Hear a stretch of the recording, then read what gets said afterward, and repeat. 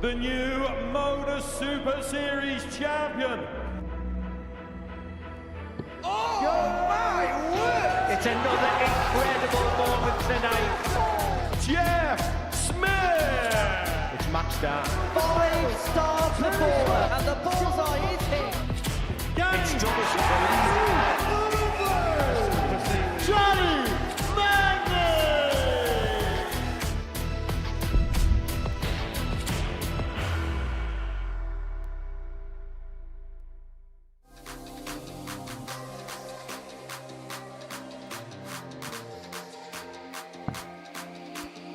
Lovely dot. So's that. Yes! Just what the doctor ordered. Wesley here. Double top for him then, and a 106, and away he goes to level it up. Wesley Vanri.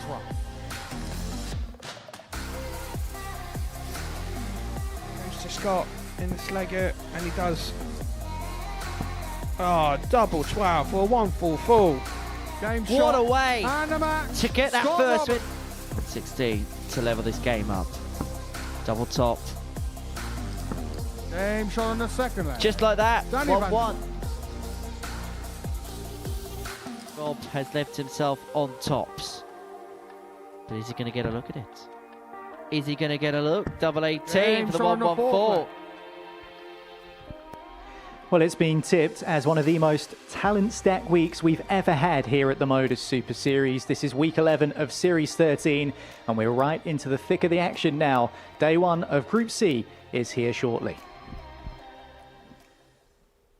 Hi there, welcome along to the live lounge in Portsmouth, where we have more live darting action for you on Pluto TV, and joining me to watch it all, Laura Turner is here. Great to see you, Laura.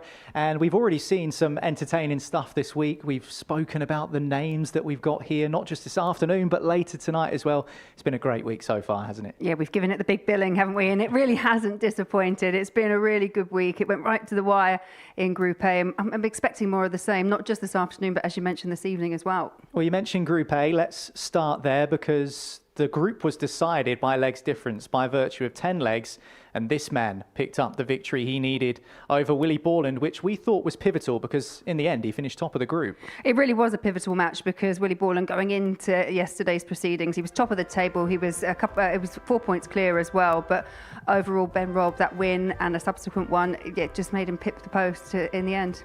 Well, there you can see Ben Robb's name highlighted in gold, which means he'll be back here on Saturday night for finals night. Everyone else still scrapping around to book their spot. And this is how the breakdown looks for week 11 of Series 13. Again, just look at the talent on offer there, Laura.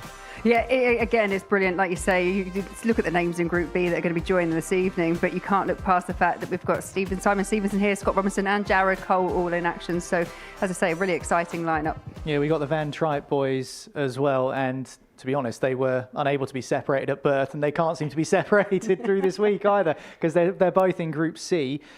In terms of the experience that some players have had here on this stage, how much do you think that will help, especially when you're coming up against talented opponents? Yeah, I mean, you mentioned Danny Van Tripe there specifically.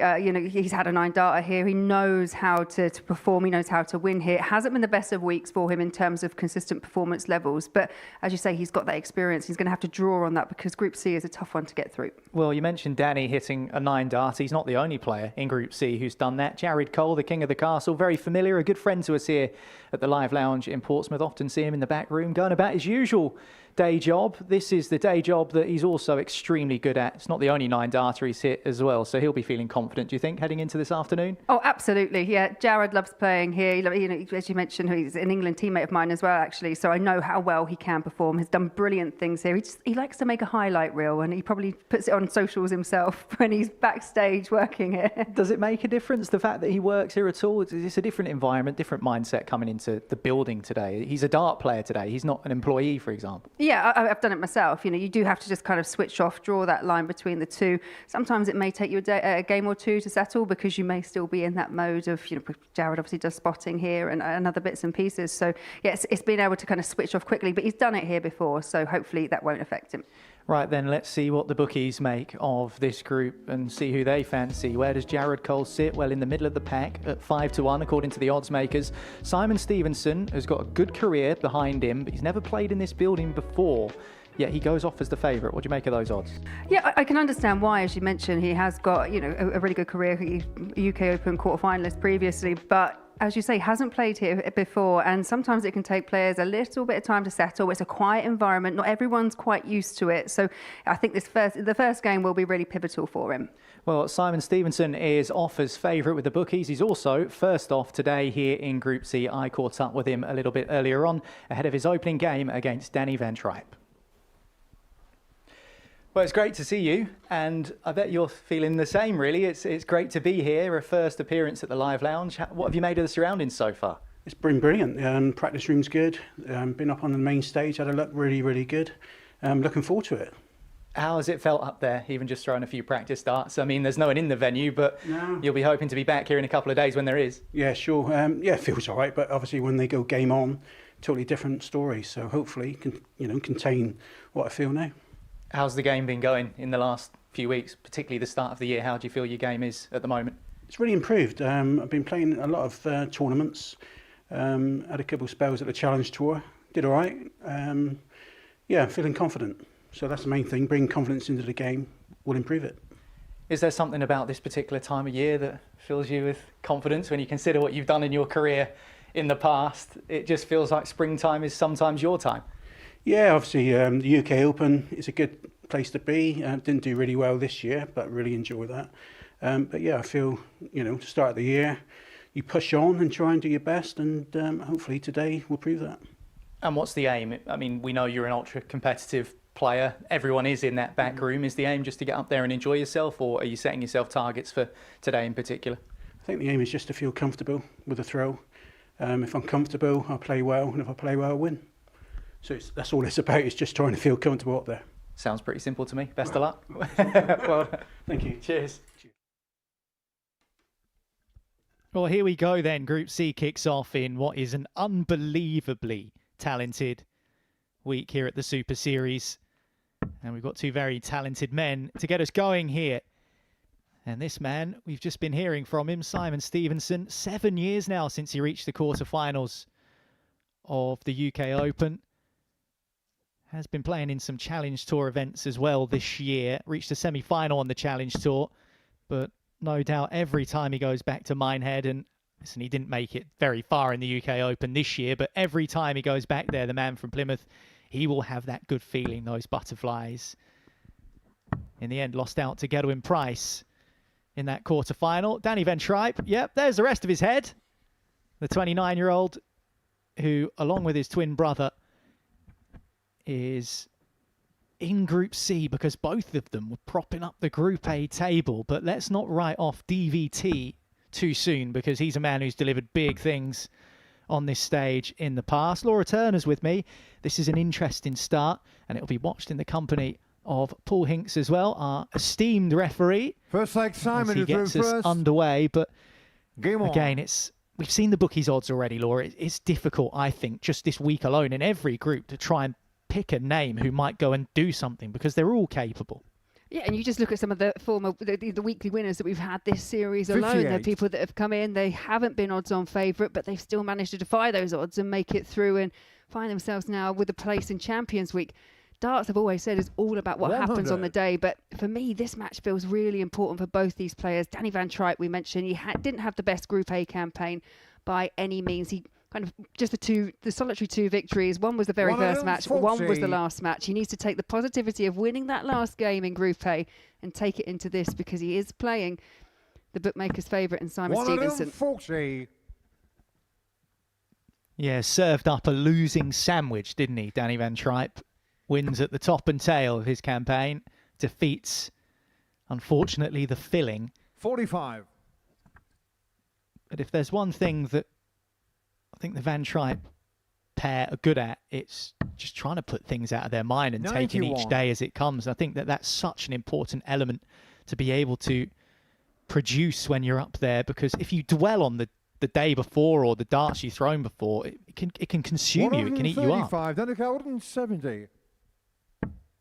The 170 not going to go. But going back to what you were saying, I totally agree. I think when you've played in Group A, you have to be able to draw a line on it, under it, and focus all your attention on Group C. 23. Well, hits the treble. So just a single needed for a shot at double and a hole to throw in the opening leg. That double is double bull. Stevenson. And what a lovely start to the day. He's never thrown darts in this building before on the stage. He's thrown a few practice darts. He's kicked off his opening leg here at the Live Lounge in Portsmouth with a 1-2-3 on the bull. Not bad. Yeah, not bad 45. at all. Funny enough as well, I was kind of digging through the archives, and these two have met previously before, way back in 2019. They actually played 41 on the Pro Tour. It was Danny that won 6 legs to 3. Obviously, it's a few years ago. The amount of darts they would have thrown in between now and then, they probably wouldn't even remember that encounter. 60.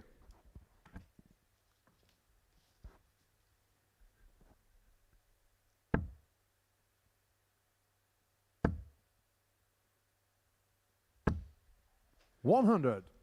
Yeah, it is interesting when you look at head-to-head records. Because this isn't a knockout format here at the Modus Super Series, you do get occasions where you're playing the same person every single day in a week, and you maybe even face them at finals night. That's just the way things work. And so the ability to turn the tables, and if you do have a poor run against an opponent, you can put that right pretty quick. Whereas, you know, for example, on the Pro Tour, if you've lost to someone 2-3 times in a row, it feels like you're waiting ages at times to get the opportunity to make amends for that. I think that's one of the learning curves, and possibly one of the difficult learning curves for a lot of players that have just picked up their tour card. They would have been so used to being able to play in so many different arenas, playing here at the Super Series, playing 100. wherever they chose. And when you're only going there and you're, say, drawing a really tough opponent first round, you're just getting one game a day. That competitive sharpness, sometimes it kind of falls by the wayside for players. 123, Danica 96. That leaves double 18. Now double 9 for Danny Van Tripe, which he picks off to level the match, one apiece. Well, if the 1-2-3 on the bull for Stevenson was a settler, that'll do the same thing for Danny, who's hoping to have more success in Group C than he had in Group A. As we mentioned, 60. finished right at the bottom of the pack. So no doubt in his head, an opportunity to start again. And you have to say, for a player that's 100. done what they've done in this building, such as Danny Van Tripe, obviously won the international pairs alongside Jimmy Van Schie. We mentioned that 9-darter on finals night, has got a weekly win. The fact that you've only got a return of 2 games from 15, that's just not 100. the levels that he would have expected for himself.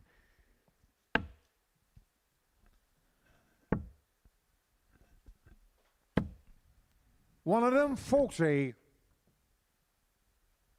Well, this is a lot more like it from Van Tripe, averaging over 97 so far in the opening couple of legs. 100. 3-ton 40s in and amongst that. 60. And also playing in Group A compared to playing in Group C and Group B, it's how you manage your time as well. Obviously, getting up for a 9:30 start, not every player is capable of doing that and finding their best 60. from the very off. This is a slightly later start, so maybe it would just suit Van Tripe that little bit better. 100.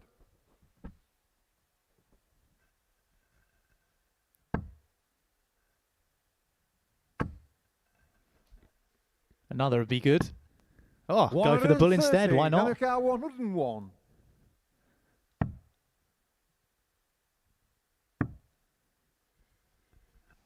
Well, only the single. Might look at the 13s here. 43. I was trying to chase that Danica treble 51. 13. Well, he's had 2 throws at bull and hit them both. One for a leg, one to set up.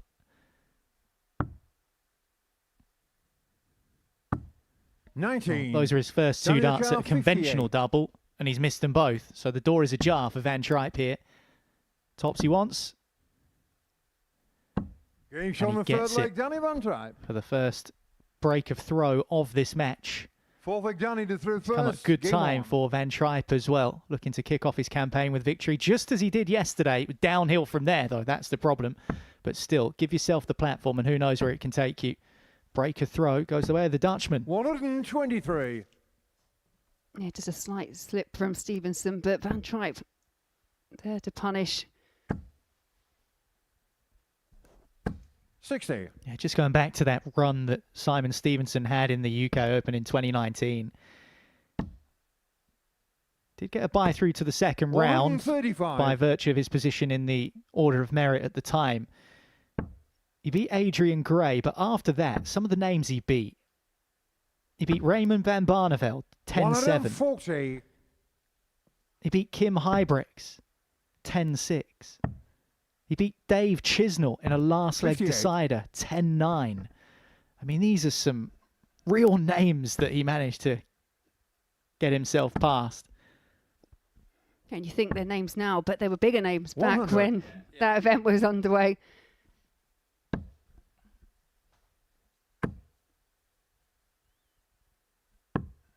$105. And he said before, it's just nice to get the call up, nice to be asked. Do wonder whether he's been constantly refreshing his emails. Is there an email from the Super 45. Series? Well, there has been. 80. And he started superbly, but he might find himself behind here because Danny Van Tripe has gone tops to win his third leg in a row. Game on. Well, that's not the calling card of a man who finished bottom of a group. Now, best leg of the match so far, 14 darts for Danny Van Tripe, but what a response from Stevenson. First maximum of the match. $125.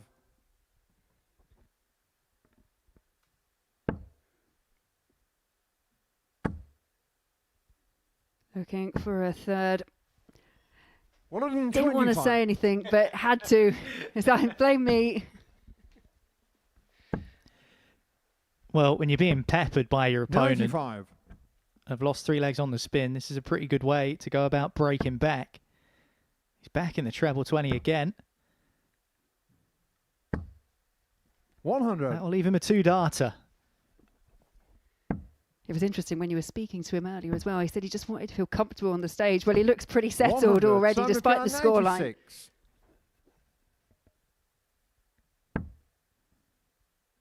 Double 18. Can he use that as a guide? Oh, he goes 60. next door to it, but it's not in the double. He'll have more opportunities as Van Tripe looking to set himself up here, misses the 20 segment. 55. Samrakar 36. To bring it back within one leg.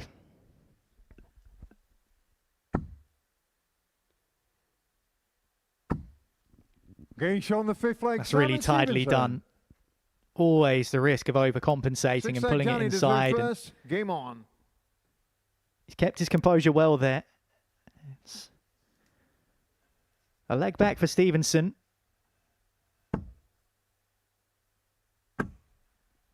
He's got to win this leg, though.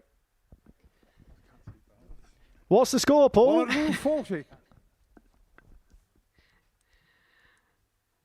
It was a 140, and it's a good start for Van Tripe. Van Tripe will be thinking the same thing. He'll be thinking, right, I've got the advantage of throwing first here. I just want to see off this match. Don't want to get all into the drama of a last leg decider. 100.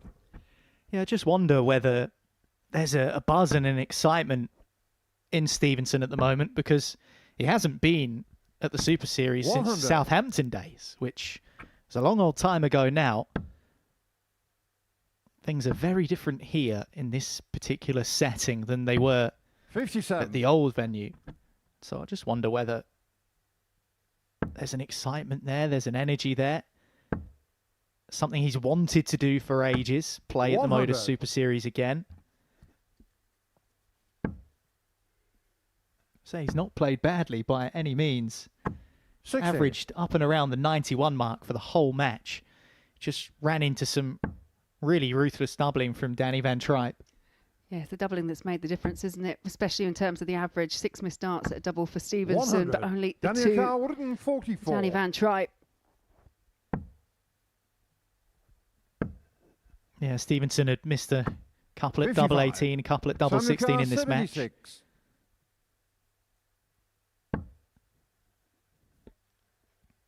Now he's going to have a go at tops for the first time. Game shown Or maybe the he 6th should have leg. just thrown for that the whole Stevenson. match, because he takes it out first time of asking He's broken So the Danny Van final leg Tripe time in at the third, critical game time. He on. couldn't afford to lose that leg, otherwise he would have lost the match. Now he has the throw, and look at those numbers. It's a tight affair. Yeah, Danny Van Tripe now with 60. all the work to do, but a troublous visit from Stevenson just may open the door slightly for Van Tripe. 85. Squeezes a 60 with the last.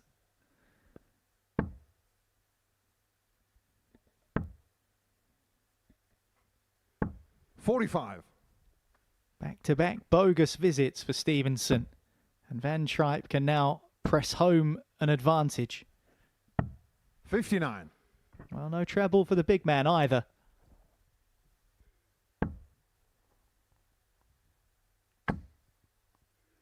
Stevenson still searching out a big 59. treble. Can't throw it. 9 darts in.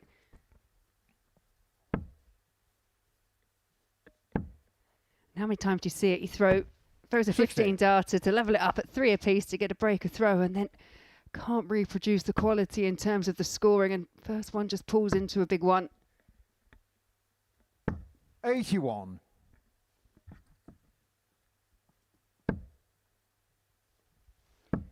Still very little to split these two. 100.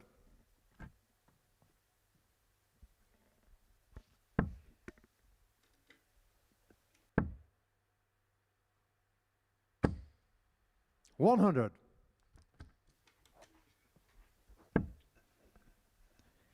Well, Stevenson is first down, but it's a big ask, and an even bigger equation faces him now after that ton 40. Yeah, desperately close. Couldn't repeat the feat from leg 1 with the 1-2-3 with another ton plus checkout. So it's a huge chance here for Danny Van Tripe. 60. A close game has been decided on finishing. And Danny Van Tripe has just missed the match start, but he buries that one in tops and picks up a victory to kick off Group C. Stevenson kicked off the match with a 1-2-3 finish on the bullseye, but some exemplary finishing from Danny Van Tripe, a 96 out, an 80 out shot where he went tops. That was where the damage was done. A good performance from Stevenson, but not good enough. Van Tripe takes it 4-3.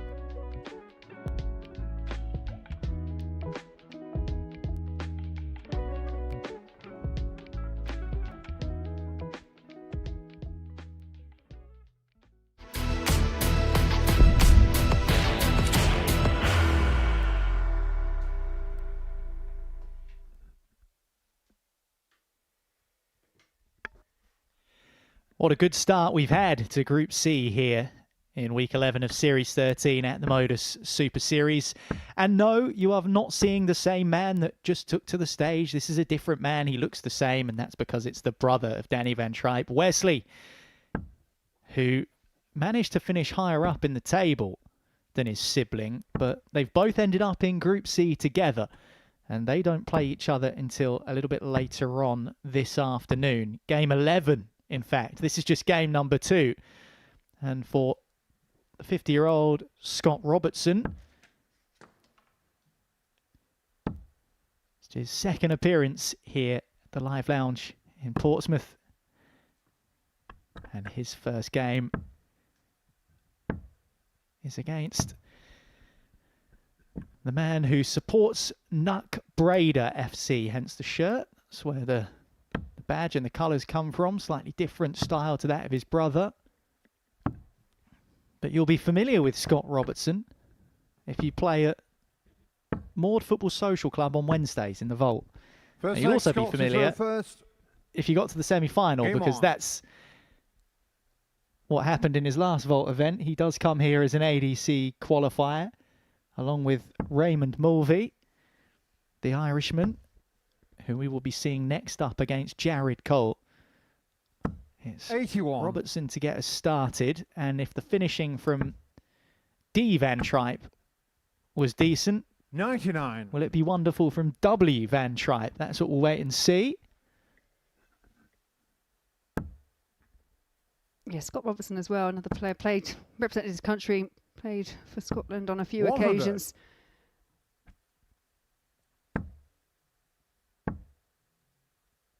$60.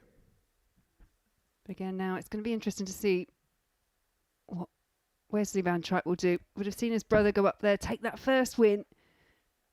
I just wonder how much sibling rivalry there is kind of behind 100. the scenes between the two.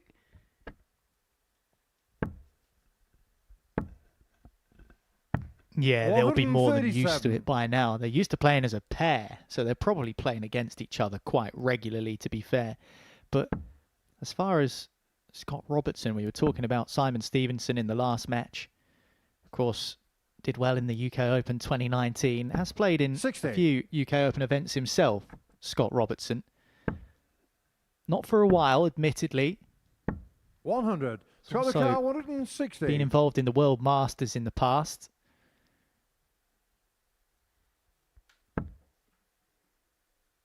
Wants another. Tops for 160. Getting shot on the first leg, Scott How Robertson. sweet was that from Scott Robertson?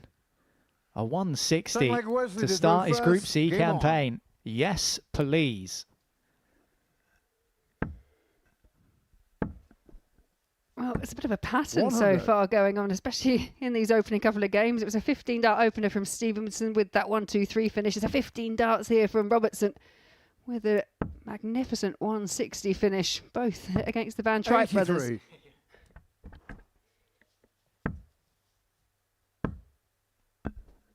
81.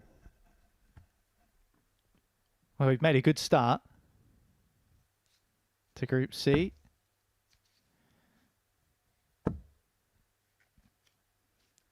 In Group A, 100. On Monday, 5 ton plus finishes, 3 of 60. them from Moshe Rob, who booked his place in Saturday night. 158, 104, 127. And then Willie Borland went ballistic on Tuesday with 3 ton pluses of his own. 117, 122 and a 167. So we have seen some heavy hitting stuff 100. So far this week. 144. Are we going to see more? Are we going to see ton plus in back-to-back legs? We might just. Oh, no second treble this time. 128. Well, he's looking good. He's made a very good start. Now, can you, Wesley? No, you can't. You just saw that slight reaction 81. from him, how he'd love to have responded with a 160 of his own. But I have to say, beautiful setup play from Scott Robertson.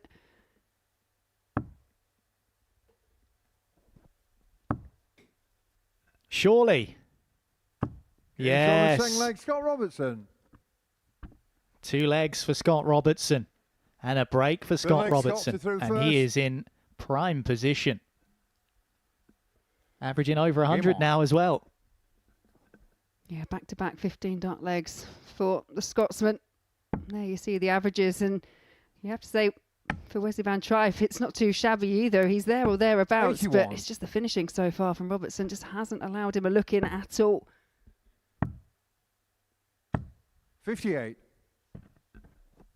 Yeah, as you say, purely a scoring average that for Wesley Van Tripe, because he's not been given an opportunity at double. When your opponent's throwing 15 darters, that is producing a level in which you're going to have to dig really 96. deep to find something to counteract that. And we know that Wesley's got those levels, but first game of the day,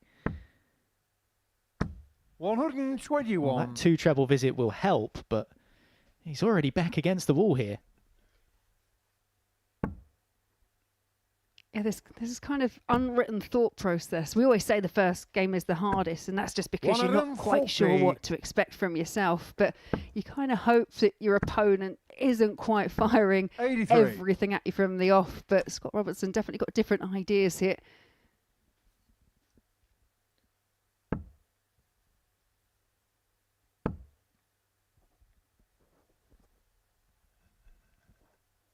Well, he has had a couple of 2 treble visits, 98. Van Tripe, but with that third dart, or one of the 3 darts, he strayed into a wrong segment, bit like that. And exactly, right on cue. Thank you, Wesley. 86.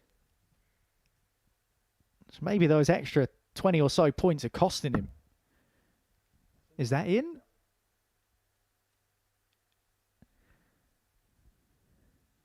It's not, but that is. So double 7. 72. He's missed. Wesley the car 118. That would have been for an imperious lead of 3-0. But you feel this has got to go, and the 118 can't find. 58. Scott Scott the Robertson. car 14. Double 7, perhaps not the favourite. It's an opportunity to switch if he wants to. Well, can he use that? Oh, just a little too much. 10. And that means his opportunity car? burns. Tops.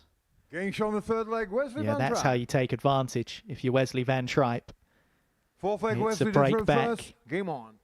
Well, I'm not sure he should be too disappointed with that, Robertson. He decided, he made the decision, he was clear in his mind, I'm going straight for double 7.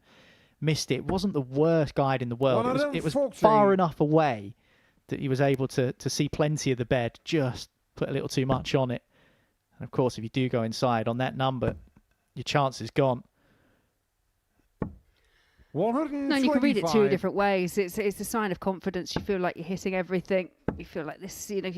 And to be honest, so far Scott Robertson pretty much has in this match.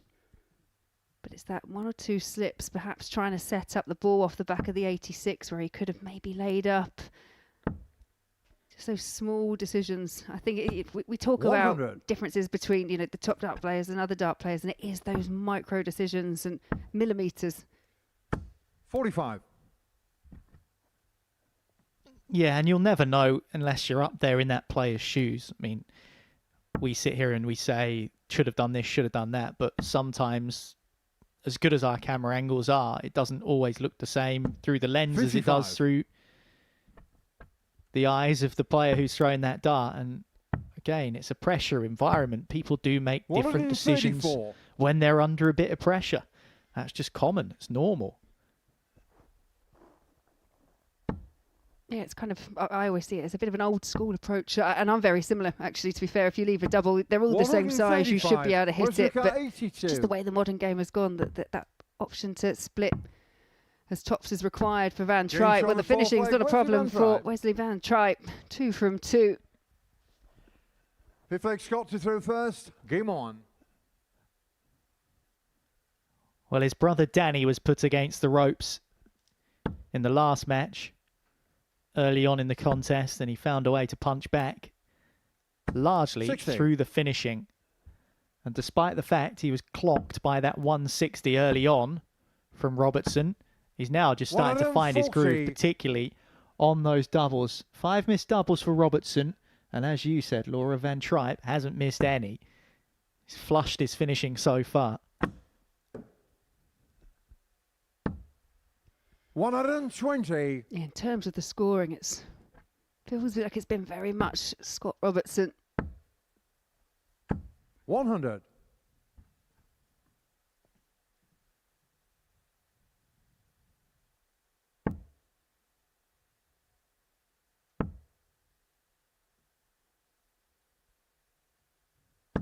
$60. Now, we spoke about that opportunity at 7-7. How much of an influence will that have on the outcome of this match? It just feels like it's been so far a bit of a turning point. The difference between being 2-1 up or 3-0 up and 1 leg away from victory, and now we're at a level game. And Van Tripe has got himself down to a finish first against the darts. 100.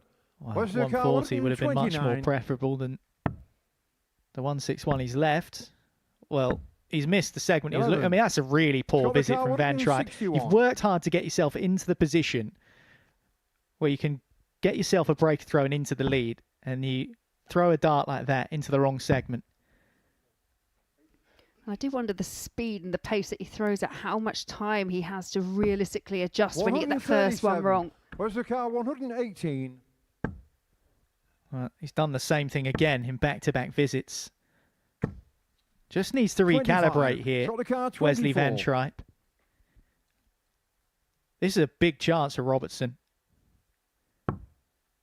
Little flare of the nostrils. No score. Where's the car? Well, what's going on up there? That was nowhere near 6-6. He's done it again. This is silly. 85. Scott the car 24.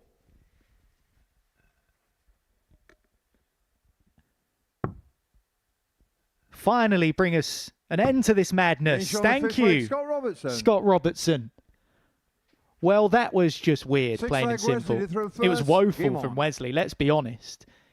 He got himself down to 129, and 3 consecutive visits could not hit the target he was aiming 96. for. And against a player like Robertson, who we've already seen hit a 160 in this match, you're not going to be given too many chances to get away with that. No, we were kind of talking about that pivotal moment in leg 3 where it could proven to be costly for Robertson. Now we're probably going to be talking about those visits of 9 darts from Wesley. And the mad thing is, he didn't miss a double in any of those visits because he didn't get himself a chance to throw for double.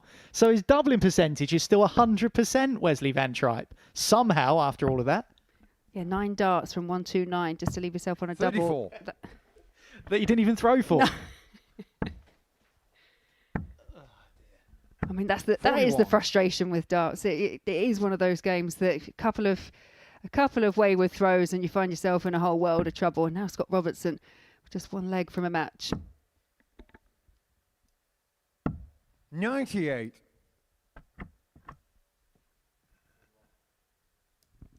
Wesley's last score was 41.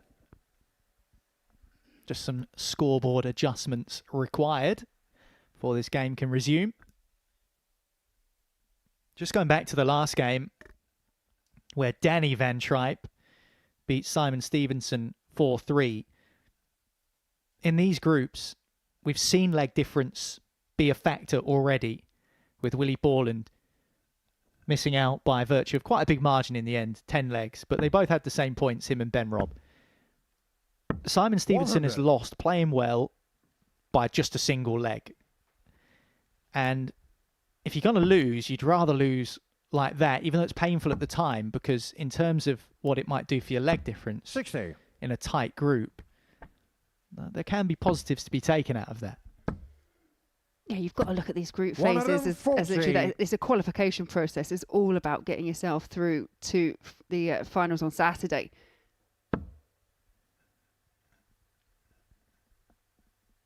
Well, some people break it down game by game. Other people just say win as many legs as possible, leg by leg. 140. Where's the car? 41. This to take it to a last leg decider. He's finally missed a dart at double. 33. That's 2 darts at double missed. Got the car 48. And 2 darts to take it down the stretch. And Robertson once again is given an opportunity. Double 16 for the match, which he takes. And Scott Robertson started with a show-stopping 160, and he stopped Wesley Van Tripe in his tracks. The Dutchman did punch back with a couple of good finishes, and he was 100% on the doubles for a large portion of that match, even though it took him 9 darts to get himself down to a double from 1-2-9 at one stage. Van Tripe with a couple of slip-ups. Scott Robertson has capitalised and he beats him 4-2.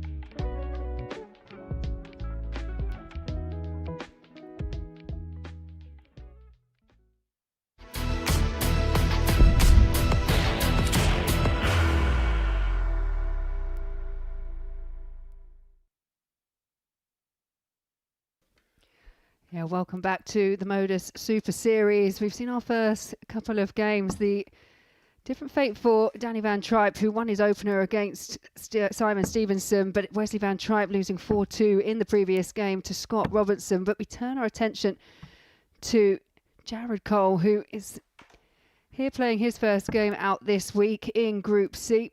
He's facing Raymond Mulvy. Raymond Mulvy, kind of different type of Group A experience, one that started emphatically by any means, going out winning his first 7 consecutive games, but then losing every game subsequently. So he's on an 8-game losing streak at the moment, and he's running into Jared Cole, who, as we know, has done some great things up there on the Super Series stage. Yeah, it's been feast or famine, hasn't it, for Raymond Mulvy so far. Clean sweep on day 1 of Group A. 5 wins from 5, as you said. Absolutely rolled through the card. But he's not been able to pick up a win for a while. And even though he's only 25, Jared Cole knows a lot about winning, particularly here at the Live Lounge. A 37-year-old from Leitrim, who drives up the N4 motorway to play vaults in Sligo. That's the King of the Castle's opponents. I've never been to Leitrim myself. I imagine there's probably quite a few castles in that period of Ireland. In that area of Ireland, I should say. I spoke to Jared a couple of weeks ago and he said, feeling pretty good. I've been practicing well. I know I've got the levels. I know I've got the quality and the capability. I just need to show it.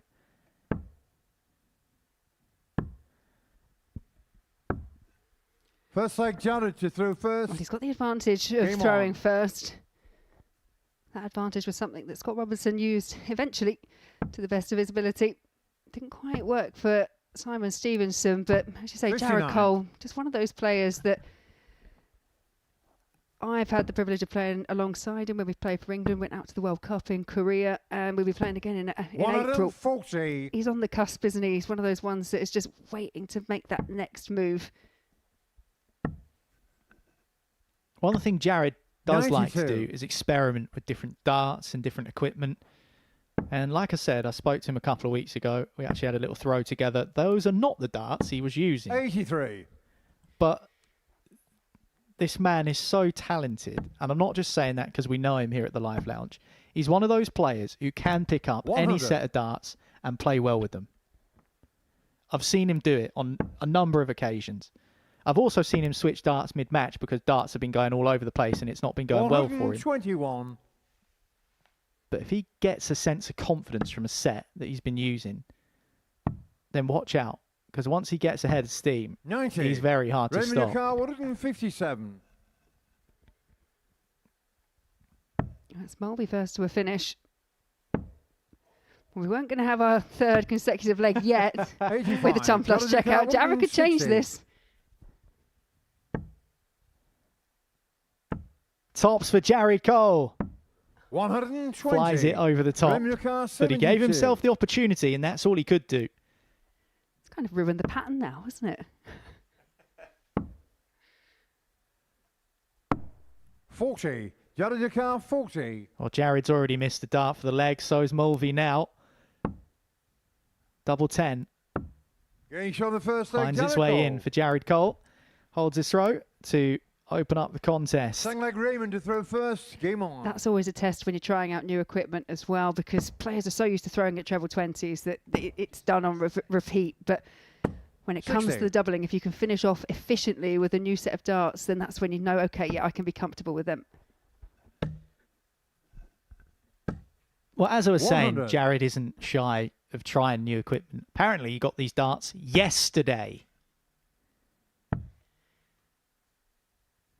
58. And here we are, approaching 2 o'clock in the afternoon in Portsmouth. So I'll let 93. you determine how many hours of practice he's actually had with those darts.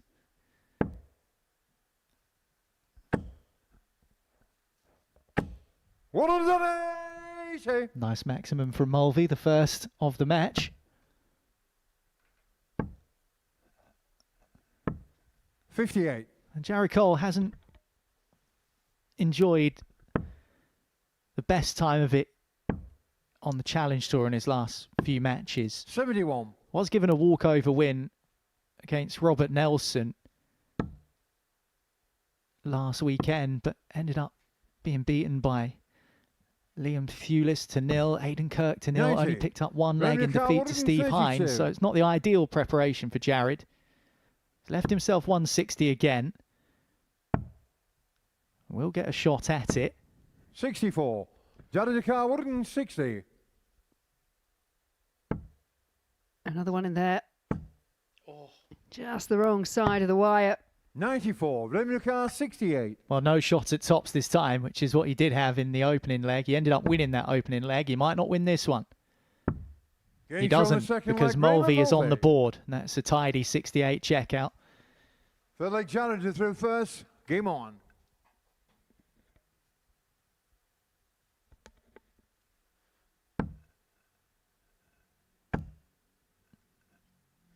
Well, what I was going to say, Laura, is after you revealed to everyone the stats with Mulvy of winning a bunch of games in a row, then losing a bunch of games in a row.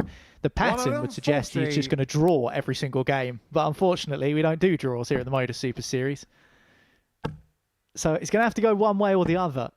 And it does feel like quite a big game for Mulvy, even though it's the first game of the day.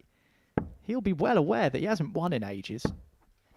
No, and when you've come into it, and obviously day one he would have been top of the group. I know he came into the final day, I think he was second on the table, and then you see yourself slide down to fourth.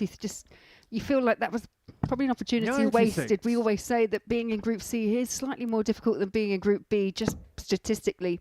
Got 2 players coming through via the Group C route out of 6, 3 out of 5 coming through on Group B, although to be fair, if you look at the names coming in, you might change your mind. It's absolutely packed with quality. 125. Good setup from Jared Cole. Now we saw Danny Van Tribe go tops on 80 earlier on today.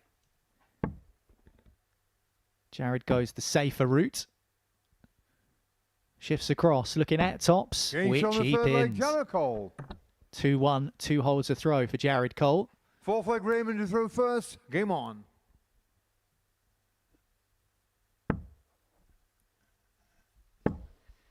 Yeah, held in 15 darts. 100.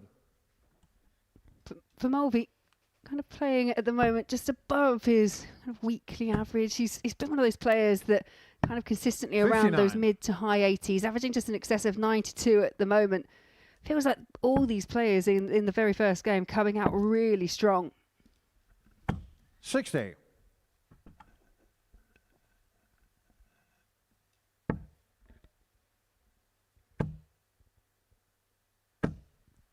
Now Jared Cole lands his first 180. I wonder if that's the first 180 he's hit with those darts, depending on how much practice he's had to have with them. 41. I'm inclined to say no, it probably isn't.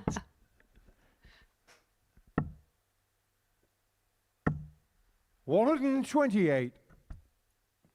Well, as many people will know here at the Modus Super Series, Jared Cole is one of our esteemed spotters. So his counting 39. is as good as anyone's in this game. And so he will always give himself opportunities. 94. That was an example of it there.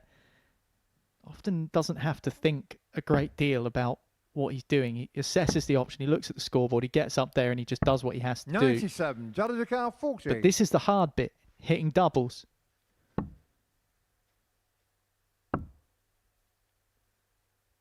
Pair of 5s. 30.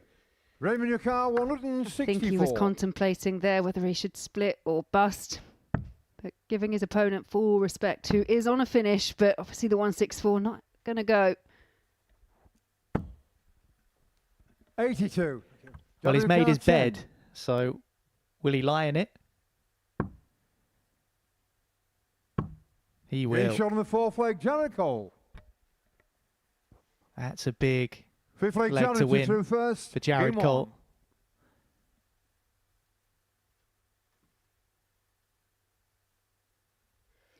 You mentioned the counting of Jared, and it's been many a time where he'll be spotting. 140. He'll come out and question me afterwards and say, why did you do that? You should be doing this and this. And he's always willing to kind of impart that knowledge on 99. other people as well.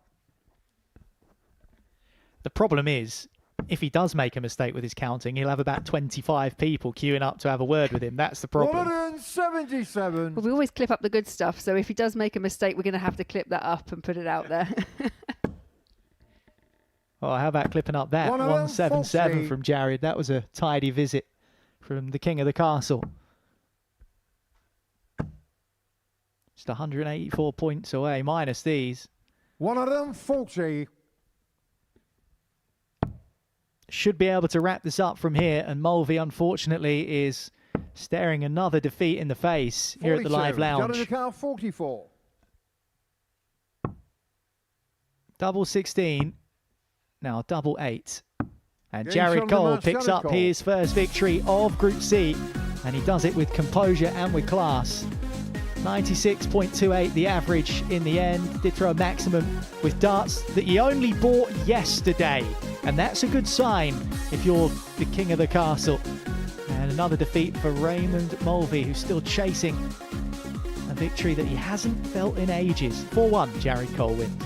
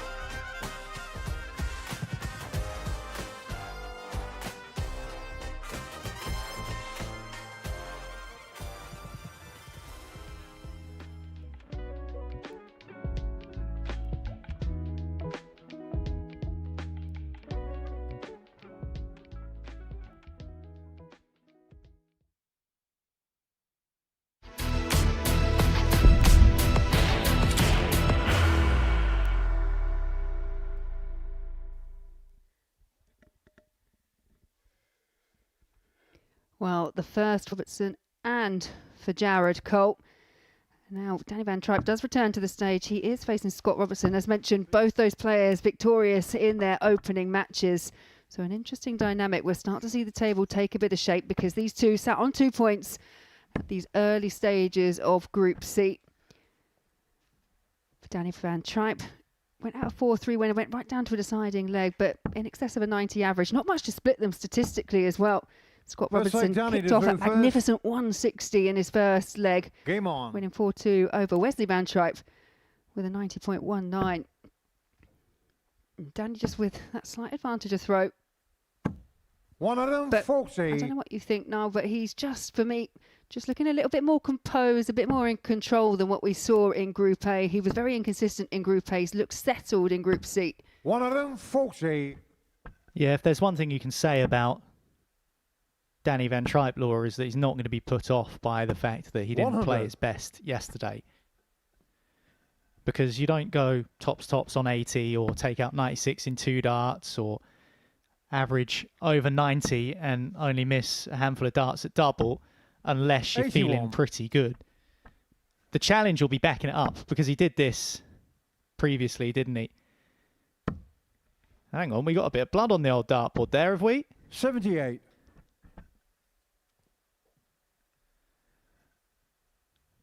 This is, well, a battle, I guess. We always say 55. about first blood, don't we? Who's going to draw first blood? Well, I'm not sure whose blood it is. 59. Yeah, that's the thing sometimes when you have the new boards, you know, every day the new boards put up, or every group I should say, and they can sometimes be a little bit sharp when it comes to the wires. Have to be a bit careful. We're talking to sharp. 24. Very good from Robertson, finding that first maximum. Bull. 81. Scott Lucar, 45. Doesn't work out for Van Tripe.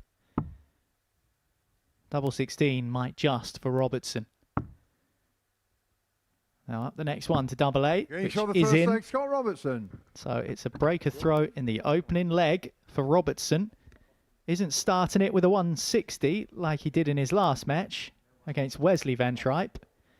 And it is Scott who's the culprit. His little finger, I think. Game on. And Paul Hinks doing the right thing, just checking that each of the players are okay and that there's no severe damage. And it's just the little finger of Robertson, I think, which is 55. just bleeding ever so slightly. 60.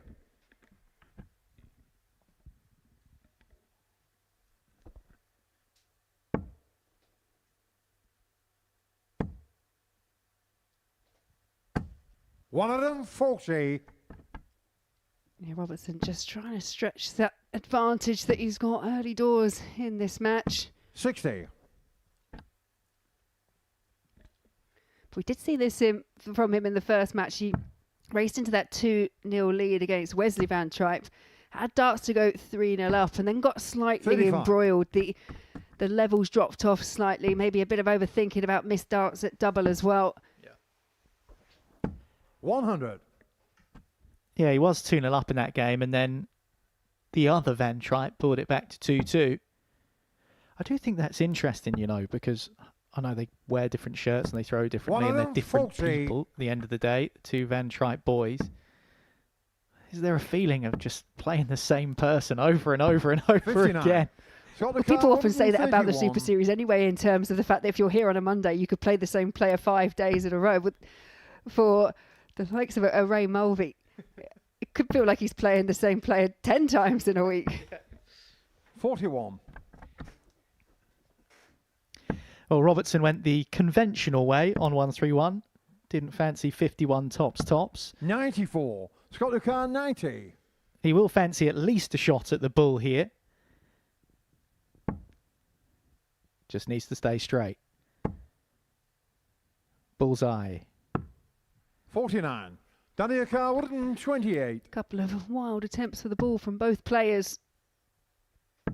Is it third time lucky here for Danny Van Tripe on the ball? 86. Scott Lucar, 41. Well, Danny's had 2 darts at double, and both of them have been at the middle of the board.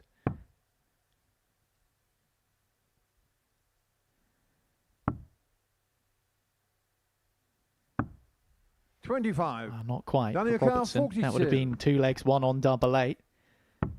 No bullseye required this time for Van Tripe. But he does want double 10, which he wires. 22. So Robertson 16. For 2-0 has another 3 in hand at double 8.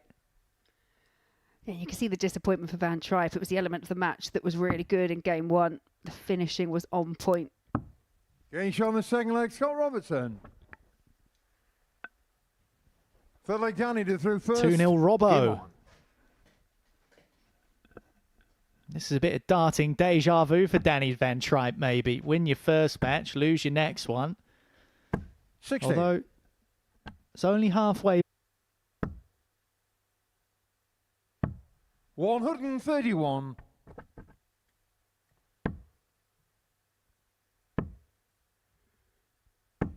$100. Again, that last dart thrown with force, because the first dart to me landed so perfectly. It was so inviting for the way that Danny Van Tripe's darts land in the board, and he's just let that second one drop. 100. Yeah, some players aren't too bothered, are they, if they drop below? They're just happy to use a bit of extra force and try and generate a way through. 60. Other players, and you would have seen this up close, someone like Bo Greaves, for example, as soon as she drops below that bottom wire of the treble 20, she's raging for the whole rest of the leg. She annoys herself so much that she just... 95. You can see it written on her face sometimes. And yeah, I guess it's just understanding your throw, isn't it, and how it works. Yeah, I'm the opposite. If it goes 45. above, it's horrendous. If it goes below, it's fine. But then I think I'm a lot shorter than other dart players, so I throw kind of up to that treble 20 position. I'm just trying to loop it over the top. 81. Well, Andrew Gilding's got those big platform boots. Maybe you could get yourself a pair. Yeah, 140. I see. Shot the car 94. Maybe I have a pair.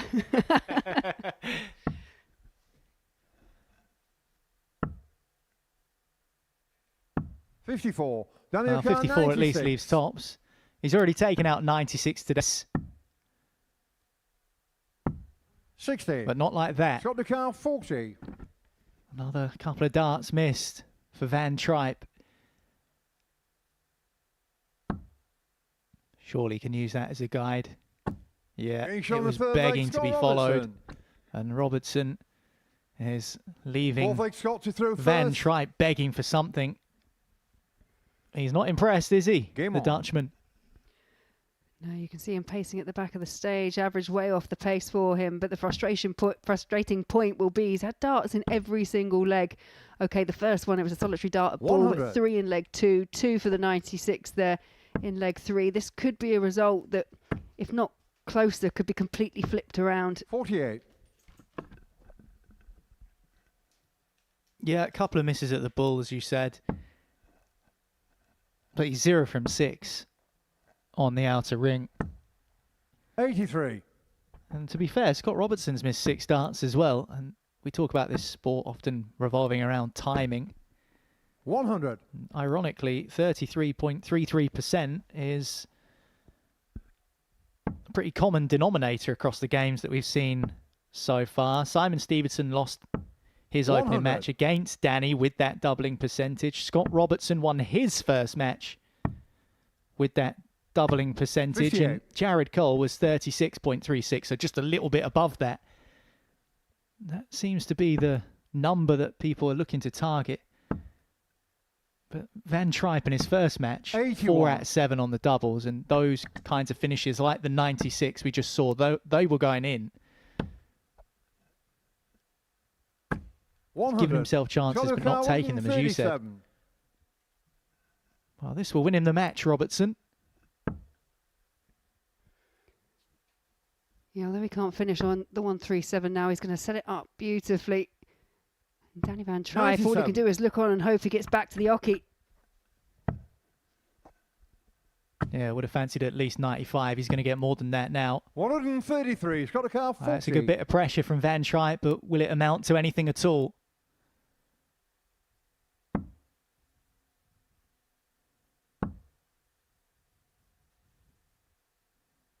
No, it will not, because Scott Robertson has just bageled Danny Van Tripe, who was taken to a last leg decider in the opening contest, finished really well. The same cannot be said for this performance from the Dutchman. Missed 6 darts at double, and even though he ended up cutting his finger and bleeding all over the board, Scott Robertson has walked away with a 4-0 win.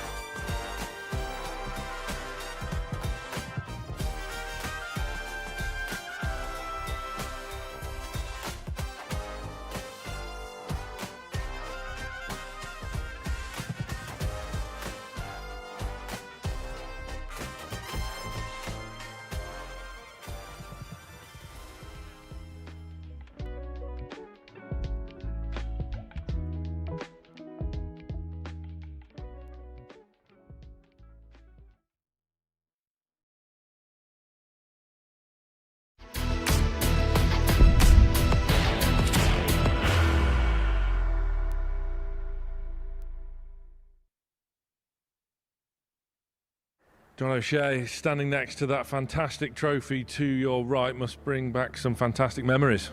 Yeah, it was great, wasn't it? It was good to win it. But now, of course, you have to defend it. Yeah. How do you feel ahead of that title defence? Yeah, look, defending a title is always hard, but, you know, sometimes winning it is the hardest part. Defending it, you know, that could be the easy part. In a sport which is so individual, how nice was it to play a team event, a pairs event with Conor Heenan? Yeah, look, I've known Conor a few years. I've played doubles with his brother, Martin, and we've won doubles together. So, look, for me, every time I put on an Irish shirt, you're playing for your country. You know what I mean? Like, so, yeah, look, it's on the day. You know, me and Conor will click, like we did the last time. I think we were the underdogs the last time. So I'm quite happy to take the underdog tag again to defend it. So. Well, I don't think you'll be the underdogs this time somehow, but there's some stiff competition this time around once again. Yeah, I've seen the teams released there over the last few weeks, and yeah, there's some tasty. It's going to be a good week. It's really going to be a good week. It's going to be competitive. Look, every guy that puts a shirt on for his country is going to give it 110%, and we'll be no different. So I'm looking forward to playing with Conor for the week. What do you remember from that winning moment? Looking back at the replays, you almost dare not look as Conor approached. Yeah, I suppose, you know, we started off a bit iffy, and we gained a bit of momentum, and I think we worked as like, I suppose the word I'm looking for, a proper pairs team, where one scored, one finished, and if I didn't finish, Conor did, and if Conor didn't score, I scored, and we kind of bounced off each other that way. But look, you're going to need that in doubles, don't you? At the end of the day, it's a team game, like it's not an individual game. Well, I'm sure you're going to be very, very tough to beat. We wish you all the best. Thanks a million. Thank you.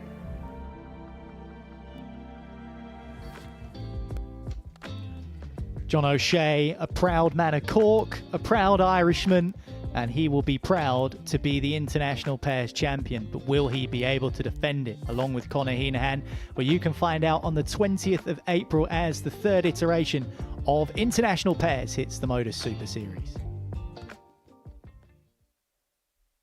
From one Irishman to another, Raymond Mulvy back on the oche after being beaten 4-1 by Jared Cole in his opener.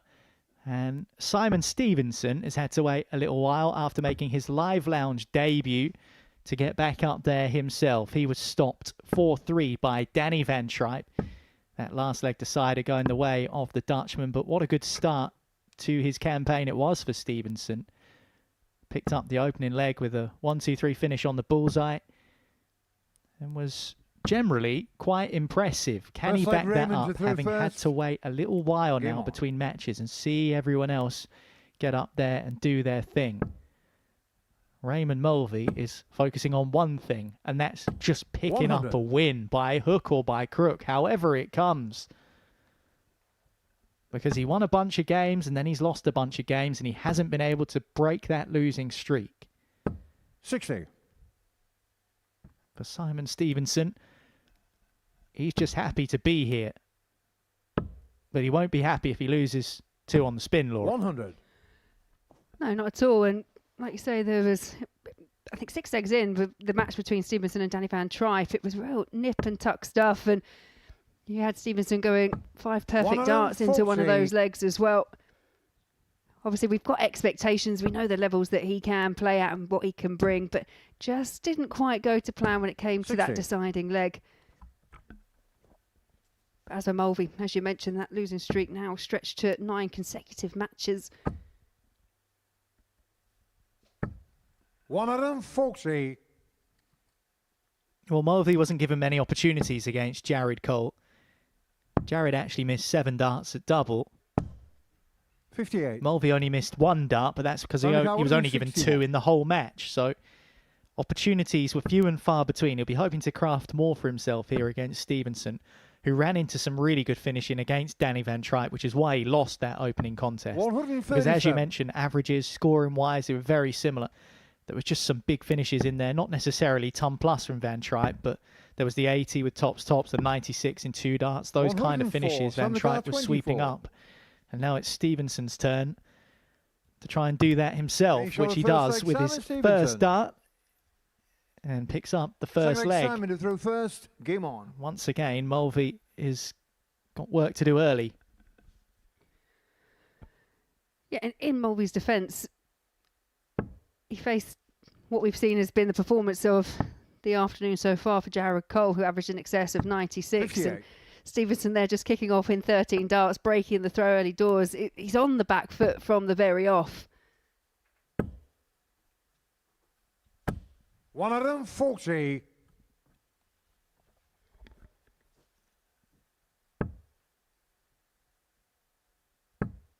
Well, you'll notice we have got a replacement dartboard. 140. There is no longer any blood, so please, lads, do not be cutting yourself on the wires. Violent ejection 40. for Mulvy.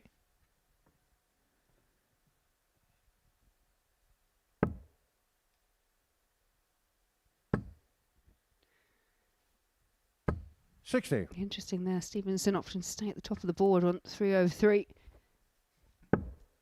Jared Cole's watching in the back room doing his nut. What are you doing? He'll be 85. If he is watching, it'll be the first thing he says to Stevenson when he goes through the back, right? If we both go really, really quiet, I think we'll be able to hear Jared shouting in the practice room right now. What are you doing? 100. Well, he won't mind it, I suppose. Making those kind of slip-ups, considering that he's in the same group as them. 140. Somebody 143. Well, no finish now for Stevenson.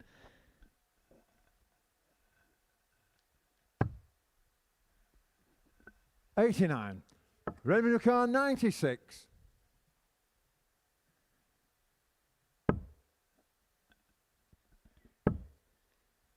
Yeah, 88. 80. Samukar 54. And it's those kind of chances you feel for Mulvy that he's going to have to start taking, because he could be well and truly punished here by Stevenson. 34. Remukar 16. But he isn't, and so the chance is there for Mulvy. And these are the kind of chances that were very rare in his game against Jared Cole. He's all around the double eight, but he's not in it. And those are 3 more missed darts for the Irishman. Stevenson eyeing up double 10. And now 2 5s. Marker makes the most of it. 2-0 Stevenson. A very composed final dart there. Like Raymond through first. And the experienced man from Plymouth. Yeah, not the first time we've seen that from Stevenson as well. Those kind of darts, I look at them and think, oh, that's so awkward, just because of how mine lay in the board. We were talking about it earlier, but he's used that a couple of times to such perfection. It feels like that's an ideal dart for him. 100. I actually think with Stevenson, I don't think he minds if it goes high or low. They land so straight that it doesn't seem to 58. Worry him either way.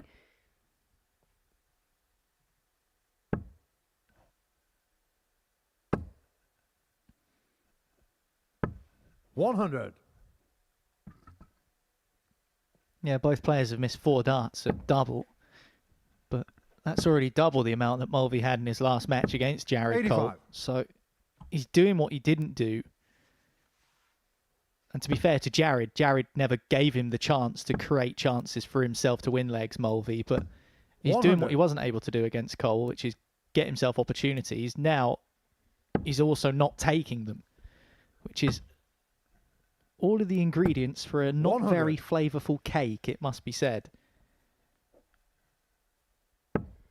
When you are on this kind of losing streak, not to keep highlighting it, but when you are on that and 100. you do get those kind of chances, there's just that extra edge, that extra bit of desperation to just try and find something, that spark, get you back to winning ways. You can.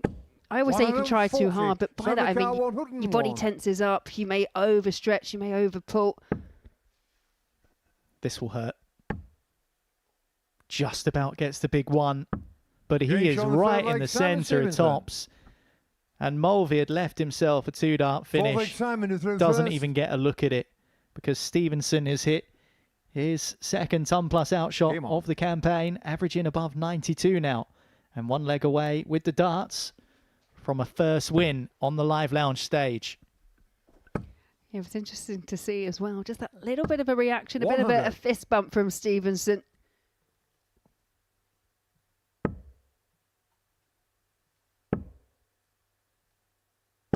$81.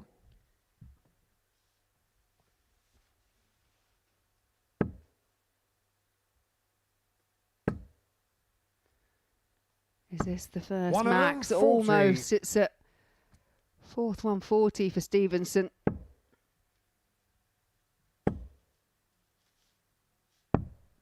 $99.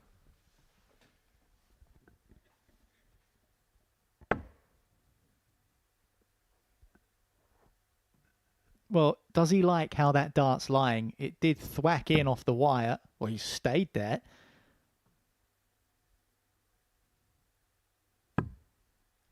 $145. Yeah, I can understand that because, as you say, the sound, it didn't sound like it would quite made full contact with 100. The dartboard. Samrakar 100. Correct. 81. Samrakar 116.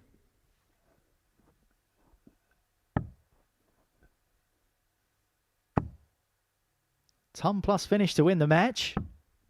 96. Well, that was in back-to-back legs as well for Stevenson. But he's got so much room here. Even more now after that wayward first. 82. Samrakar 20. For a 4-0 win for Stevenson.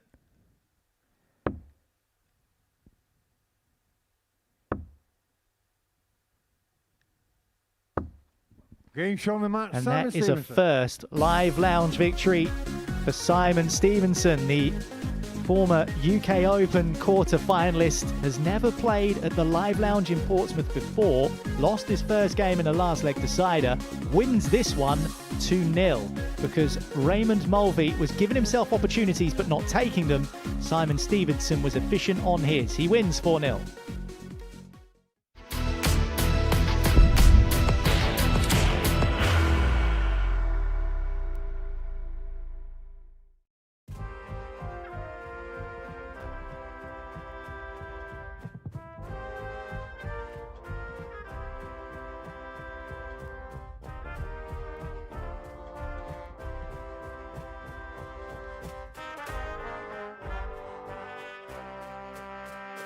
$100.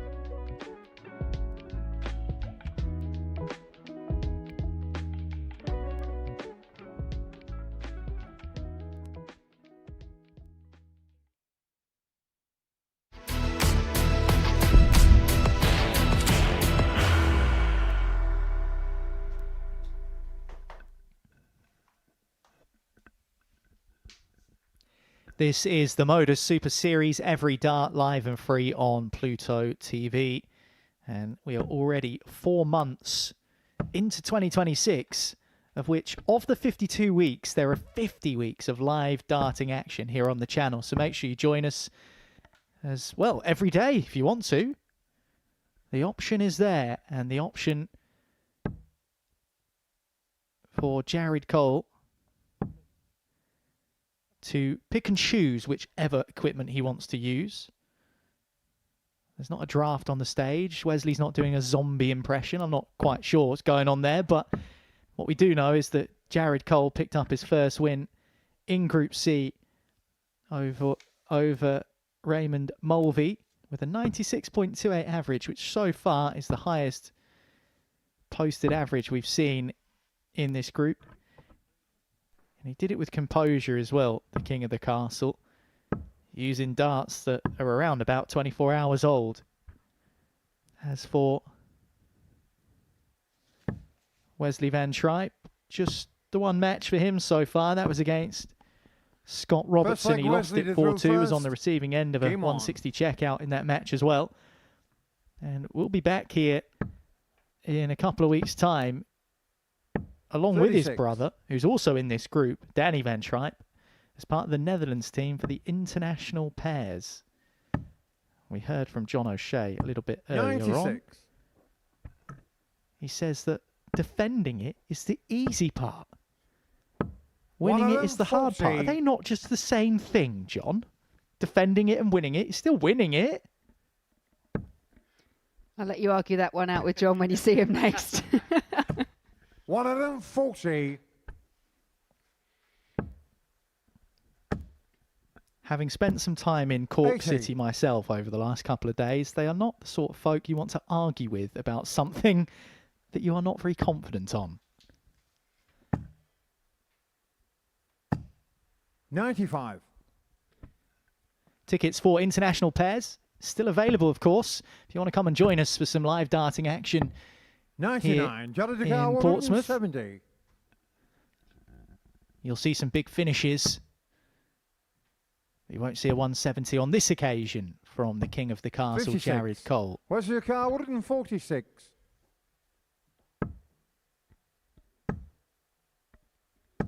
Yeah. 43. Equally, Jared, your car, 140. not going to see the 146, so not a great deal of pressure applied by Wesley Van Tripe. Yeah, still left himself a one treble combo, and that's exactly what equation Jared Cole had left himself. And the drama, the tension, the seductive, slow pull-up of the camera. Jared through first. Like a Victorian woman lifting up her skirt. Jared Cole manages to pin the tops to get himself a 1-0 lead. And a ton plus checkout at that.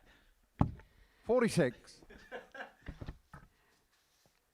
Yeah, not that I'm going to call this a trend, but there has been an interesting pattern in terms of the way the matches have actually gone today, because we've had one last leg decider. That was match 1. Then it went 4-2, 4-1. The last 2 results have all gone 4 legs to 0. Now, this is a trend that Wesley Van Tripe is going to want to try and buck, because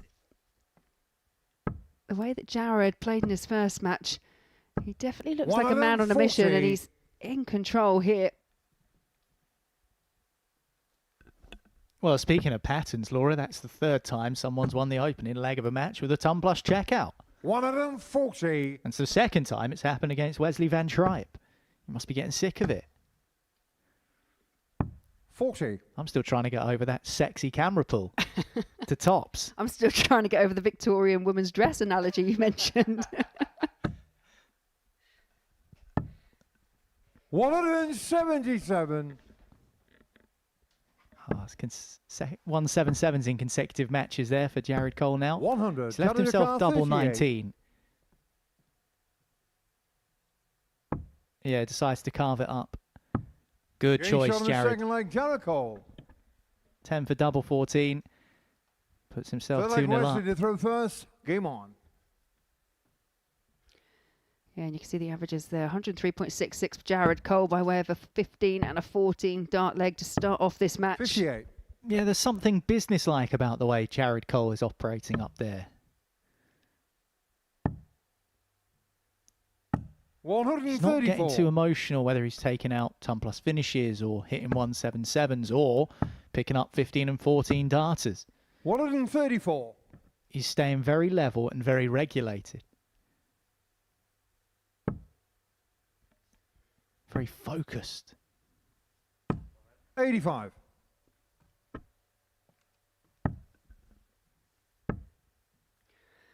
Well, I think that's the experience that he's got here.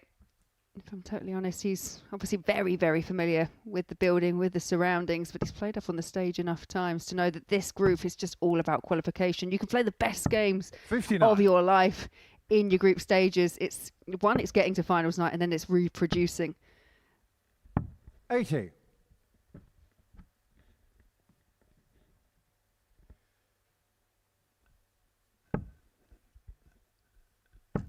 Well, Wesley Van Tripe will be used to running into good players, and there's plenty of them in this group. No less his own brother, no less Jared Cole. Ball. Almost 84. pinged it. Dakar 126. He doesn't hang about, does he, Wesley? Looking for the treble, Jared Cole.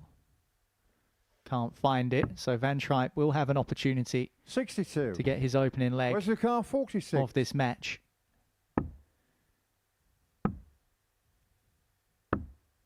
26. Dakar 64. It's not a chance he can take. This is an opportunity for 3-0 for Jared Cole. It's one dart, it's double fought. No mistake from Jared Cole. Races into a 3-0 lead.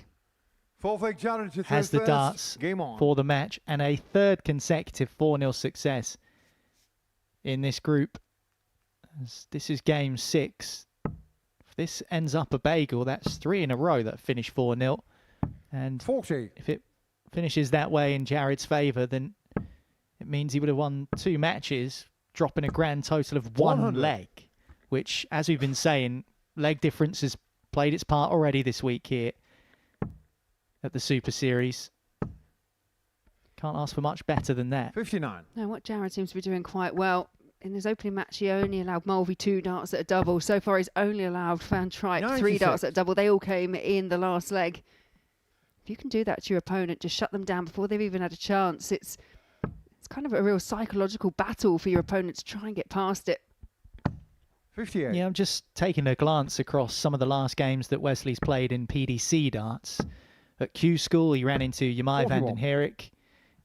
He played Big Boris Kirchmar twice. Daniel Closer he played as well. And then on the Challenge Tour, he's played Willie Borland, who he's also played this week here in Portsmouth. 60. He's been on the receiving end of defeats from Matty Dennant, Kevin Burness, Jack Aldridge. 100. Ended up beating him in Leicester over the weekend as well. So he's been playing against very good players. And that is how you improve. Even if you are losing matches, you will eventually improve playing against good players. 180 was the perfectly timed maximum from Jared Cole. He looked like he was on the back foot, but the 164, well, it was on. 96. Dakar 104.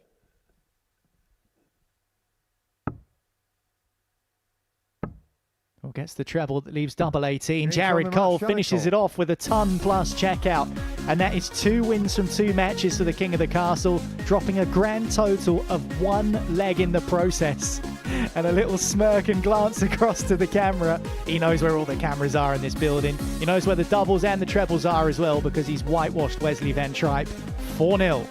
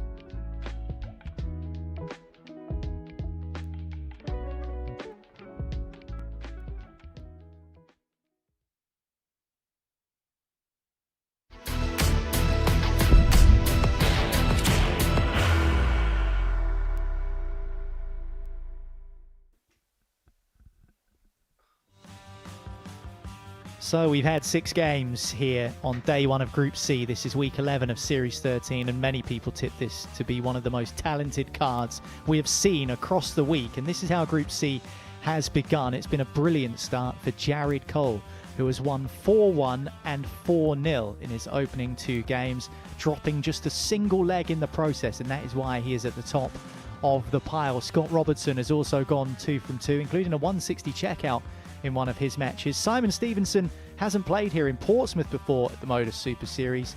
He was edged out in a last leg decider and then ended up winning his next game. And Danny Van Tripe and Wesley Van Tripe struggling as they did in Group A. Raymond Mulvy simply can't buy a win. That's now 9 defeats on the spin for the Irishman. So it's all starting to take shape quite nicely, and there have been a few patterns that we've picked up on in the opening 6 matches. We've seen 3 games where the opening leg has been taken with a ton plus finish. The last 3 games have all been won 4 legs to 0. So what's going to happen in this one, Laura? Danny Van Tripe won his first game, lost his second game, and that's a pattern in itself, because that's what happened in Group A. So in terms of patterns, he'll be hoping that it doesn't continue here. Raymond Mulvy is in a horrible pattern of his own. He keeps losing. Yeah, it's an interesting dynamic, isn't it? Because, like you say, 58. Danny kicked off the action this afternoon and he looked much more the Danny Van Tripe that we're used to seeing here at the Super Series. Averaged just in excess of 90. 60. He was brilliant on the finishing, but that finishing price just went by the wayside in his second match, going down 4-0, 0 from 6. And I think that's the element and the area 85. that both of these players really need to look at improving on. Mulvy's been restricted in terms of his chances at a double, and when he has had them, hasn't been able to take them. 123.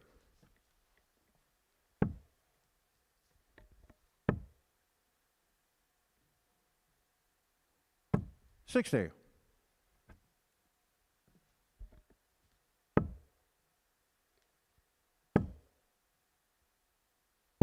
121. Well, it's Mulvy that's got the better start of the 2. He's wrestled away that advantage of throwing first, which hasn't 55. proved particularly worth anything if the last 3 games are to go by. 60.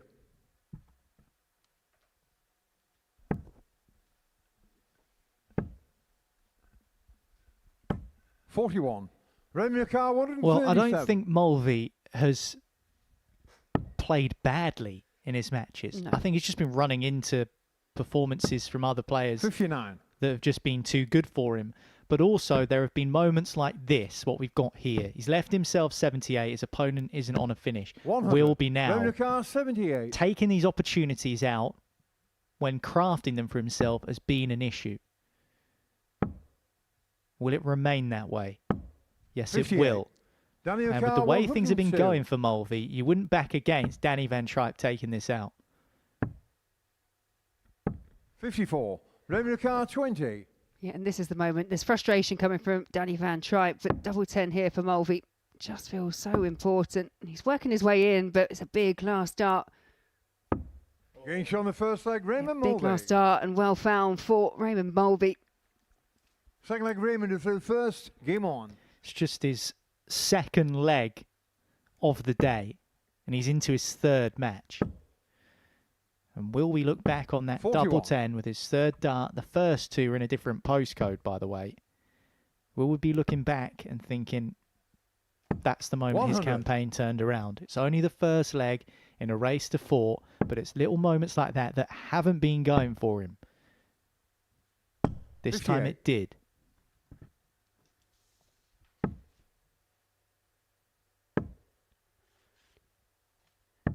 Yeah, 97. you mentioned earlier those couple of games that Danny Van Tripe picked up in Group A, and the last one from yesterday's afternoon session, it did come against Mulvey. It was a 4-0 victory for Danny Van Tripe, the very last game of the session.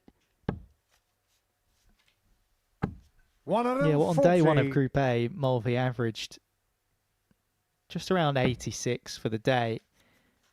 And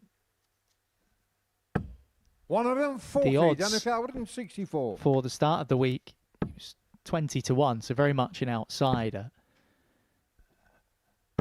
But he is the ADC qualifier, and so if you consider that these games will be 44. all experience gained for him, if he is going to come back here to the live lounge, he'll understand a little bit more about the whole operation. Getting shown the second leg, Danny Van Tripe.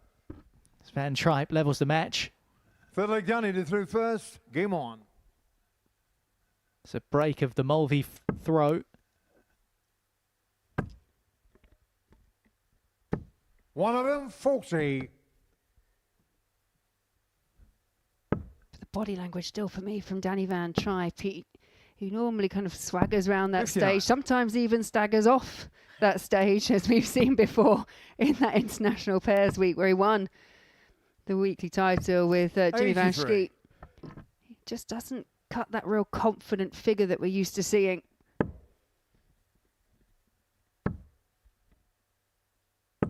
$41.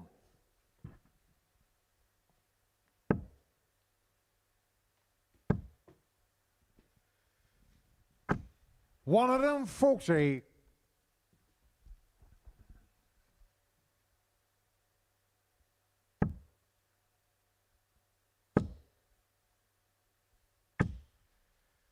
$43. Danica 138. Hits the 57. Doesn't squeeze in another 57. He's in the 21, the treble 7. Next one across.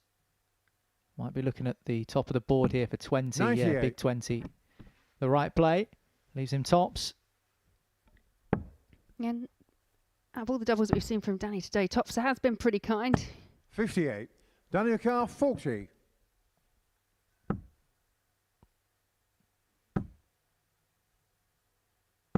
Getting shot on the third leg, Danny And it remains generous, and he has won that leg by 300 points, first. Danny Van Tripe, because the scoring has just completely abandoned Mulvy.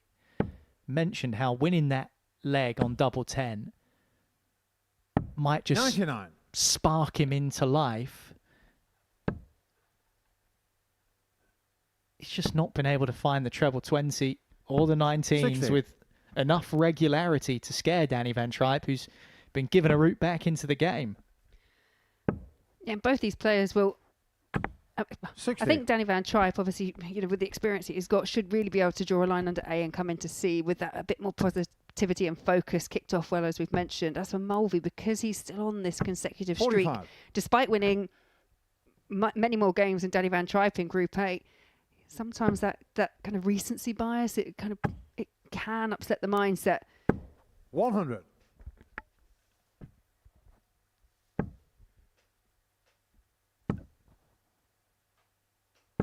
$55.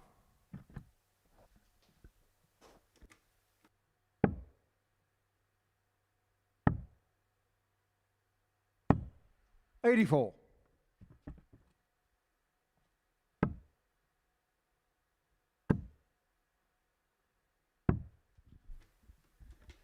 $57. Raymond 158.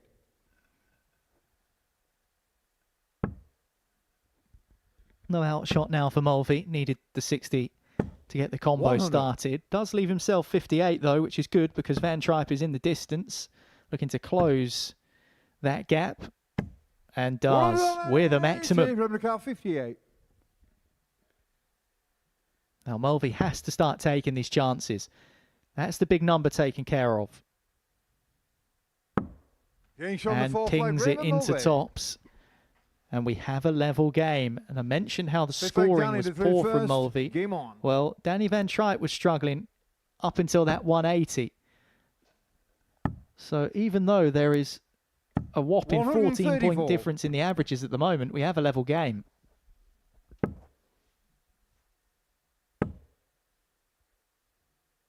$60. You saw Mulvy look at that single 18 when he was going for the 58, and there was this huge kind of outtake of relief when he realised it had gone in. 60. Really do get the impression he's living every dart. He's feeling everything because we have seen some good performances. We've seen some subpar ones from him as well, but 97. he's just trying to do everything to break this losing streak. Well, they've both had the same amount of darts at double. They both hit the same amount of darts at double. Yeah, Van Tripe has had 5-ton 40s and a maximum. 81. Only Daniel one Carr, for Raymond Mulvy. 167. Difference in the averages is now 16 points. 59. Van Tripe looking to hold his throat. Didn't take a huge chunk out of that. 167. 134. Daniel Carr, 108. Well, that's a timely 2 treble visit from Mulvy now. Yeah, persevered with the treble 20. 60. There was the option of the Carr, treble 16 for 129. tops. Needs the treble 20. Finds it for the ball for a 129. 81. Daniel Carr, 48. Well, both players left on 48. Mulvy, of course, didn't mean to hit that skinny number. Van Tripe looking to hit the skinny bit at the top of the board. Oh, that's 2 darts to the leg, missed. Carr, 48. And once again, Mulvy is being given opportunities. Can he take it? Yes, he can. Raymond Mulvy. And Raymond Mulvy is into the lead. Raymond is through first. Game on. Sometimes you need a bit of luck. Sometimes you need a bit of something if you're on a losing streak. Raymond Mulvy is. 100. But he's doing something that he wasn't really able to do in some of his other matches, which is take the chances he's been given. Van Tripe will be feeling 45. the exact same.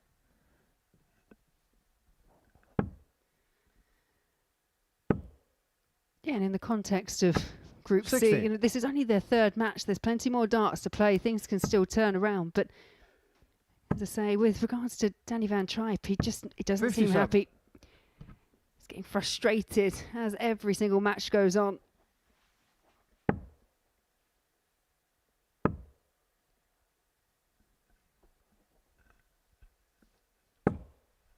$121.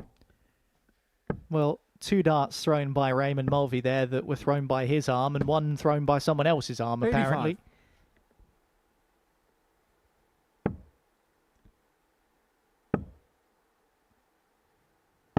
$40. Well, a visit of 40 means no finish. 60. An angry last start there from Danny Van Tripe. He's still miles away from getting himself within range. 60. It's those kind of throws as well from Mulvy. You think, 1, keep them straight, but 2, just try and get 1 big treble. 58. Raymond Carr, 120. Shanghai to take a first victory in 9 matches. He'll have to wait for another chance. 47.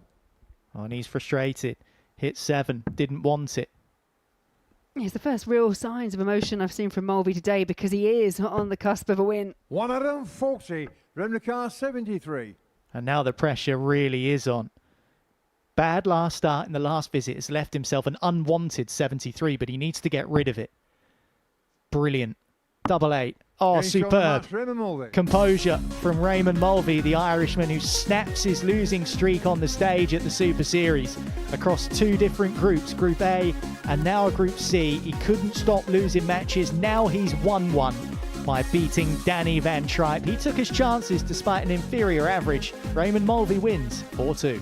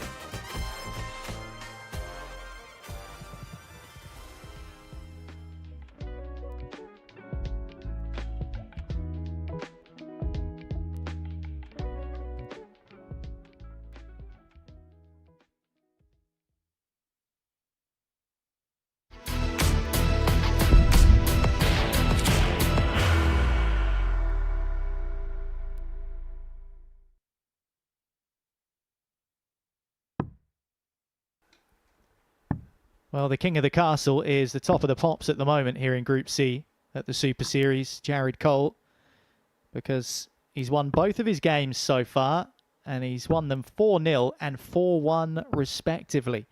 He's been professional, he's been clinical, and he's scored well too. Still holds the mantle of the highest average of the group so far. That was in his 4-1 win over Raymond Mulvy, 96.28.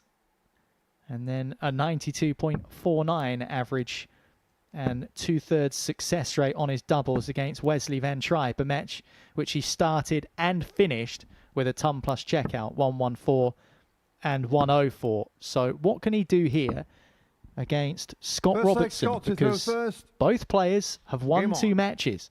Scott beat Wesley Vanri 4-2, hit a 160 outshot in and amongst that. He also picked up victory over the other Van Tripe, Danny. That was a 4-0 bageling. Smashed him. 60. Now these two are leading the way in this group, Laura. So this feels like an important match. We saw it 60. between Rob and Borland in Group A. Could we be looking back on this in a couple of days' time and saying this was one of those big games, big turning points? It definitely feels like that. 137. We mentioned the fact that Jared Cole has only dropped the 1 leg so far today. Well, Scott Robertson's only dropped 2. That is the difference between them, just that 1 leg. 42. While Simon Stevenson has played very well and has picked up a win, these have been the standout 2 players so far this afternoon.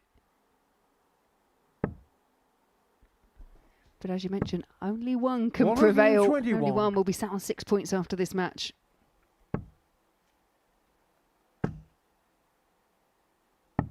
$97. Yeah, 3 of the 5 ton plus finishes today have come from these 2 players. Look at the finishing stats I mentioned. 137. Jared's tidy finishing in his 2 matches, but Scott as well. It's just been 92. knocking around that 33% mark in both of his matches, and he's got off to a good start here, finding double 18 to take out 46. Second leg, Jared to throw first. Game to hold his throw in the opening leg, and now they are level on legs difference.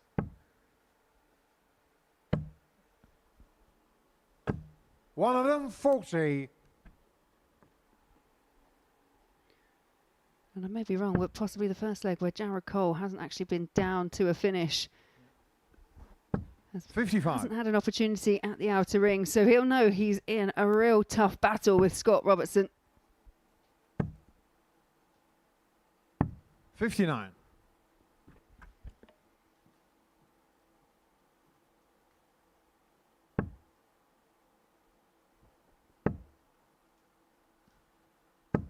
One of them, 40.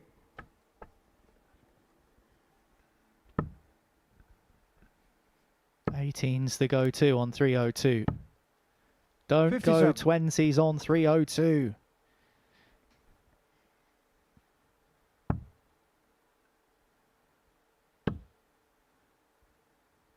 Don't go 3s on 306 83. either. Quite. But Jared will know right now this is an opportunity. Needs to find at least 1 big treble, if not 2. 85. Well, 85 will do. It gets him down to a makeable finish. Of course, Jared has 53. history Jared with this checkout here at the Super Series, the 160. He likes to do it this way, the conventional way. 2 treble 20s for tops. 140. And it's the second time today that he's got 2 darts deep into the combo and missed the finish. It felt like a bit of an action replay, didn't it? Almost the same spot for the tops. Jared 20. Game shot in the second leg, Jared Cole. Job done for Jared Cole in that leg. Third leg, Scott to throw first. Game on. Well, if you're not familiar with what I was talking about with Jared having history with a 160 checkout here. 57. don't see it very often where someone goes treble 20, bull, bull on 160, because it's very hard to do. But this man has done it, and he's hit plenty of those in his time here as well. Jared Cole.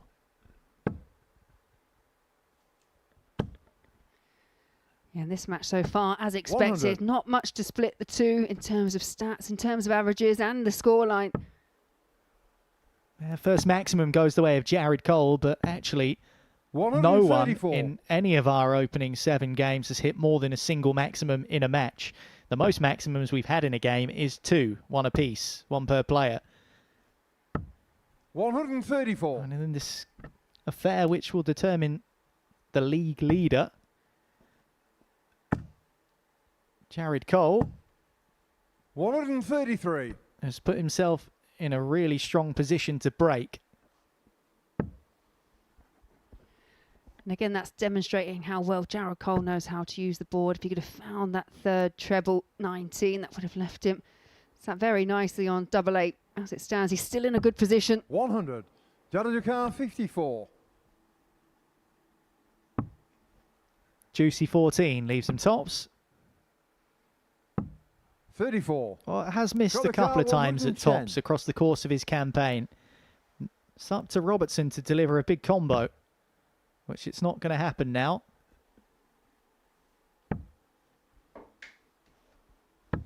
70. Again, manages to set up really well. Again, there's pressure on this double 10. Didn't bother Jared before, and it hasn't bothered him this time. It's a breaker throw for Jared Cole. 4-fake Jared to throw first. Game on.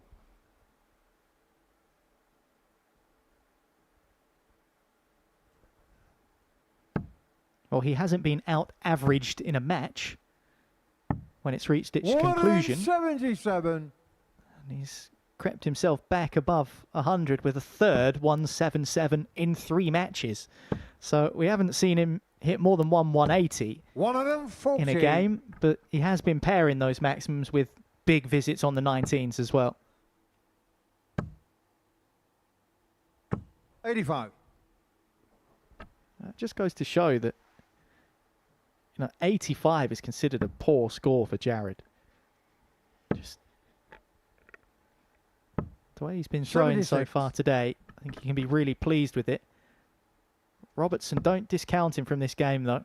He's in the distance at the moment, and he is against the darts, but we know when he needs 58. to, Scott can dig deep. He's not been on the back foot. Both his first game, he went into a 2-0 lead. The last one, he won 4-0. It's trying to win from a different position, and I think if you are to get through this Group C, you do need to learn how to win from any place. 85. Jared's last score was 58.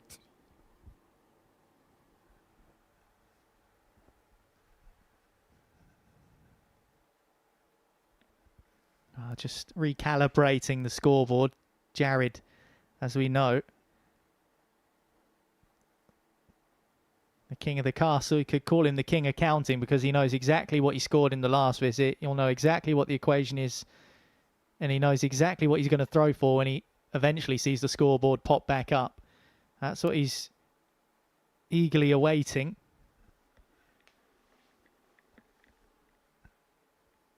It's an important leg as well. And we are good to resume. 181 required. 145. Well, I'll tell you what, when you've been disrupted a little bit, to come back and set yourself up so sweetly just shows the mood that he's in. Yeah, it didn't seem to faze him whatsoever. 140. Jared Cole 36. Now just double 18 separates him and being one leg for another victory. Getting shown the 4-fake Jared Cole. And that's exactly where he finds himself, on the hill. Jared Cole.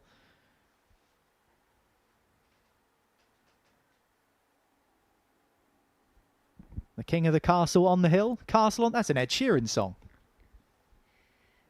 There's a lot of song permutations you could make with the king of the castle reference. You got any others? Or are you just wildly throwing that out there with absolutely no evidence to back it up? Every time I hear it. I think you even referenced Top of the Pops earlier when it came to speaking about him. It just seems to lend itself to bringing in a bit of music. Anyone under the age of 25, which ironically is the age that Jared is, probably has no idea what Top of the Pops is. Sadly, I am well over that. So I know exactly what you're talking about. To throw first. Game on. I will say as well, despite being 3-1 down, you have to give some credit to Scott Robertson, averaging in excess of 100, but only limited to one chance at a double. He hasn't done a great deal wrong, but it's just been all about timing. Well, we mentioned that when he won that leg, Laura, that it was only the second leg that 91. Jared had dropped in his campaign so far. And simply, he's just not been giving his opponents chances to beat him. And 96. Scott's needed to take that first dart of asking to get himself on the board. Now, this is just going to start to get a touch frustrating because the scoreboard is just playing up at the moment. Jared knows what he needs, which is just one more leg. Well, the two players can have a laugh about it. But it's a big game between the pair of them. Jared, of course, went into it top of the table by virtue of one leg ahead of Scott Robertson. Both players had won 2 games. Well, Jared has 410 points left.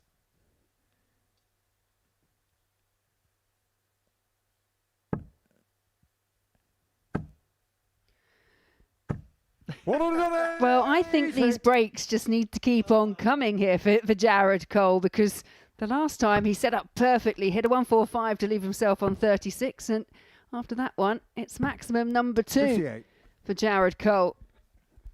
And that's the first time anyone's hit more than a single 180 in a match so far here in Group C.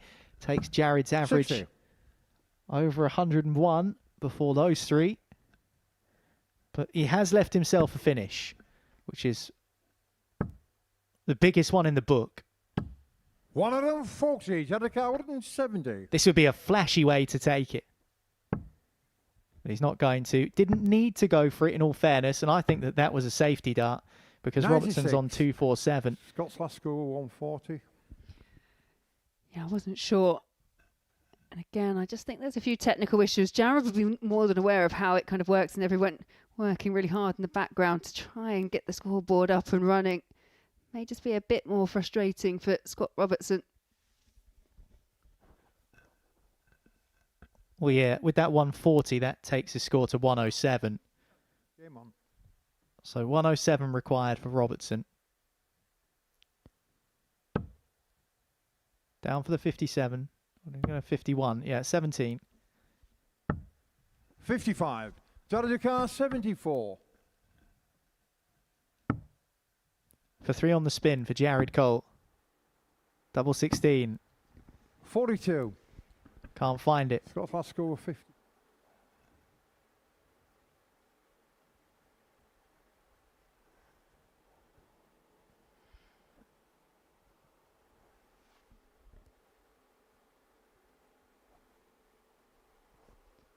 So it is 52 left for Robertson. Just the scoreboard is taking a while to update itself. So the scores are being punched in, but it's just taking a bit of time for those scores to be updated. Yeah, 52 for Scott Robertson, plays 32 if Jared Cole gets the opportunity to come back to the oche. These disruptions, they haven't seemed to bother Jared too much, but Scott Robertson will not be used to this situation. And this is the biggest visit of the match for Scott Robertson. If he gets the chance, because is it Scott? It is Scott throwing next. Yeah, now I'm losing the plot. This definitely is the biggest visit of the match for Robertson.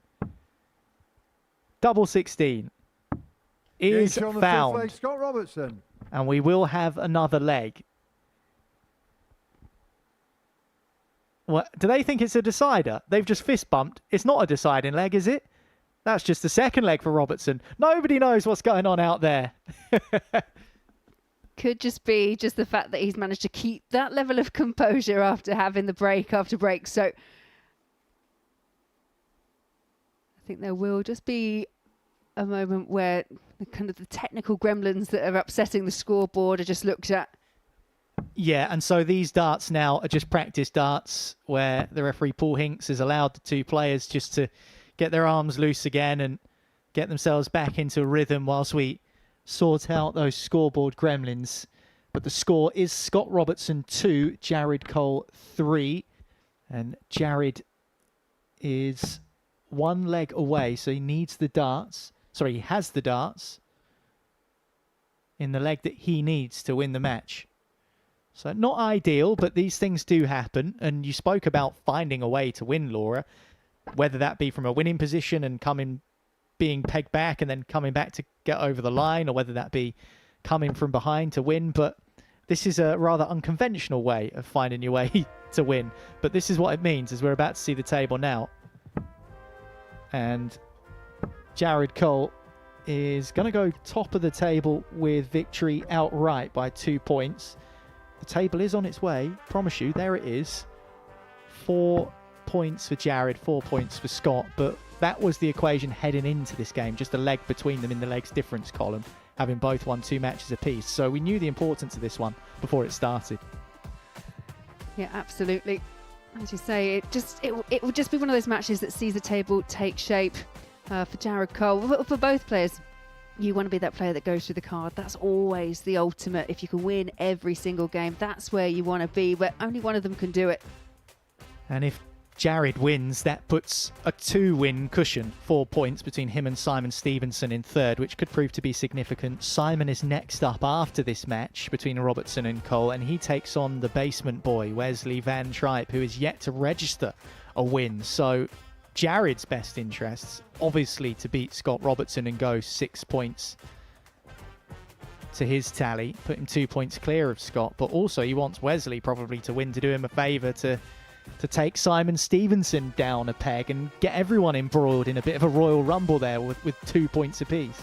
Yeah, when you're sat at the top of the table, that's what you want to see. You want to see those players just fight out for that second position in the table between themselves. And for Wesley Van Tripe, who he hasn't played poorly, he's come up against a few real tough opponents, but it will be a tough match because Simon Stevenson, he started well despite losing 4 legs to 3.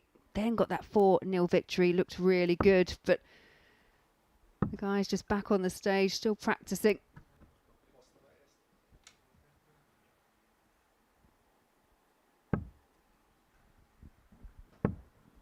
Well, the player's still practicing.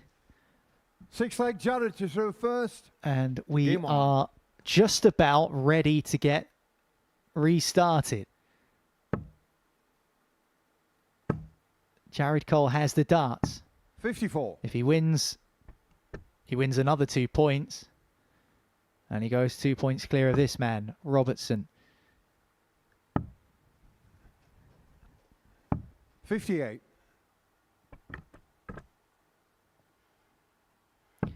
And here's possibly the slightly bigger question sometimes is that level of focus, if you can maintain that level of focus, because yes, we've had some short breaks in this match in terms of the scoreboard, but that was quite a more substantial one to try and sort things out. It's how focused you can remain, because it could almost feel like you're starting a match again. Well, we're going to try and persevere and plug our way through this final leg. I think we've still got a few issues.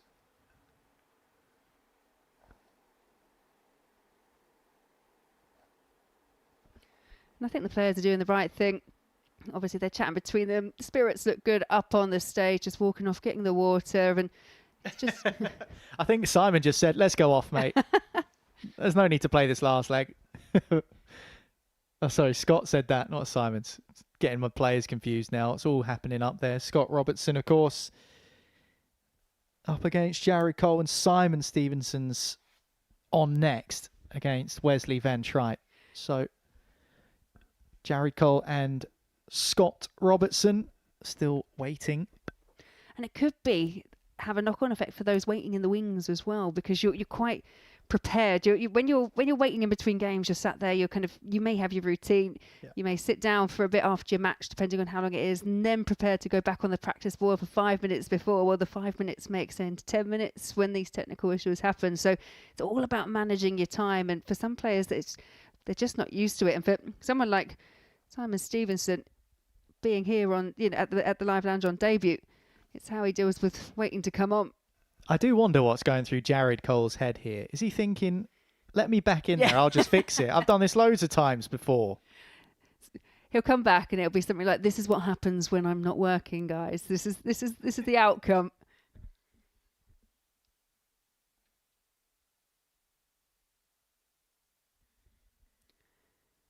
Yeah, we're just waiting to hear if the corrections with the scoreboard have been fixed. Yeah, there might be just a situation where it's turn it off and back on again. That seems to work for most technical things. Unfortunately, you can't turn off a game of darts. But the scoreboard, yeah, is causing a few issues. The players did go through some practice routines. We did try our best to get the game restarted. Jared is he's obviously itching to get the game resumed because he's right on the cusp of a third win in a row.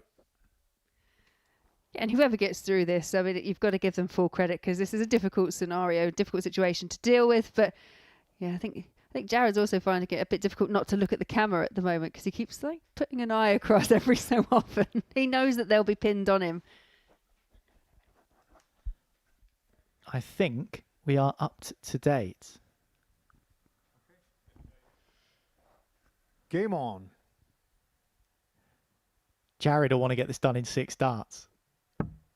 He might get it done in 6. He might just do that. It's unbelievable. I think that's the 3rd time he's done that, where there's been a pause in play because of the scoreboard, and after the break he's come back and hit a max. Yeah, and you have to say, even when Robertson did it with the 52 finish, 2 darts, that was pretty good as well. I wasn't joking when I said he'd do this in 6 darts. 95.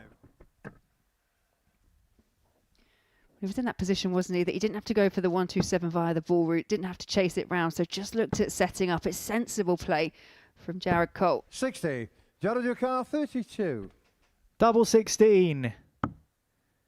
Loads of room there. And Jared Cole finds it and brings to a close the longest game in the history of the Modus Super Series. Probably.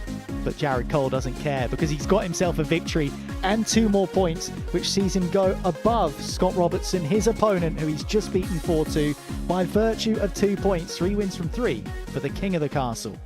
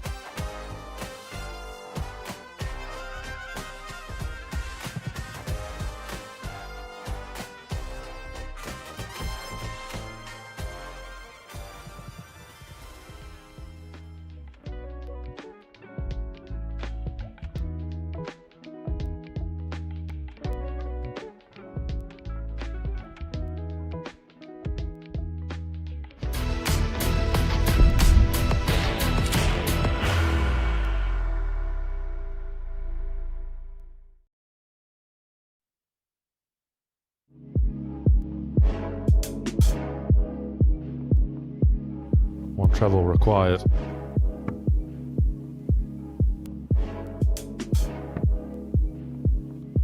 Tops. Oh, magnificent. A group of players for 2026 that has won a week. That's an elite group, though. That's how champions do it. Ironically, it's been the block toe. It's the one he's been able to find. Oh, this would be some act of defiance. Some act of darting defiance. I've stopped speculating how Scarrett gets finishes. It is 20 for double 16. Game shot in the first Traditional leg, route, Jasper and it was Scarrett. pinned well by Jasper Scarrett. So that's the important dart, but because Spellman's dart lays fairly flat, it can be in a way. You see, stepped across to hit the treble, Game shot in the third step leg. back across Alex to hit Spellman. the tops. It's a 120 finish for Spellman.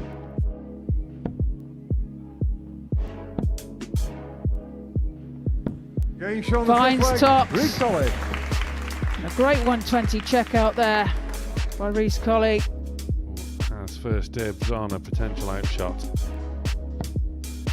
Oh, we need the ball. 167. Take a bow, Jamal Vinden Herrick. So, to stay in it. Another. Oh, this is fabulous. Can he complete the combination? Can he save his skin? Oh, that is incredible.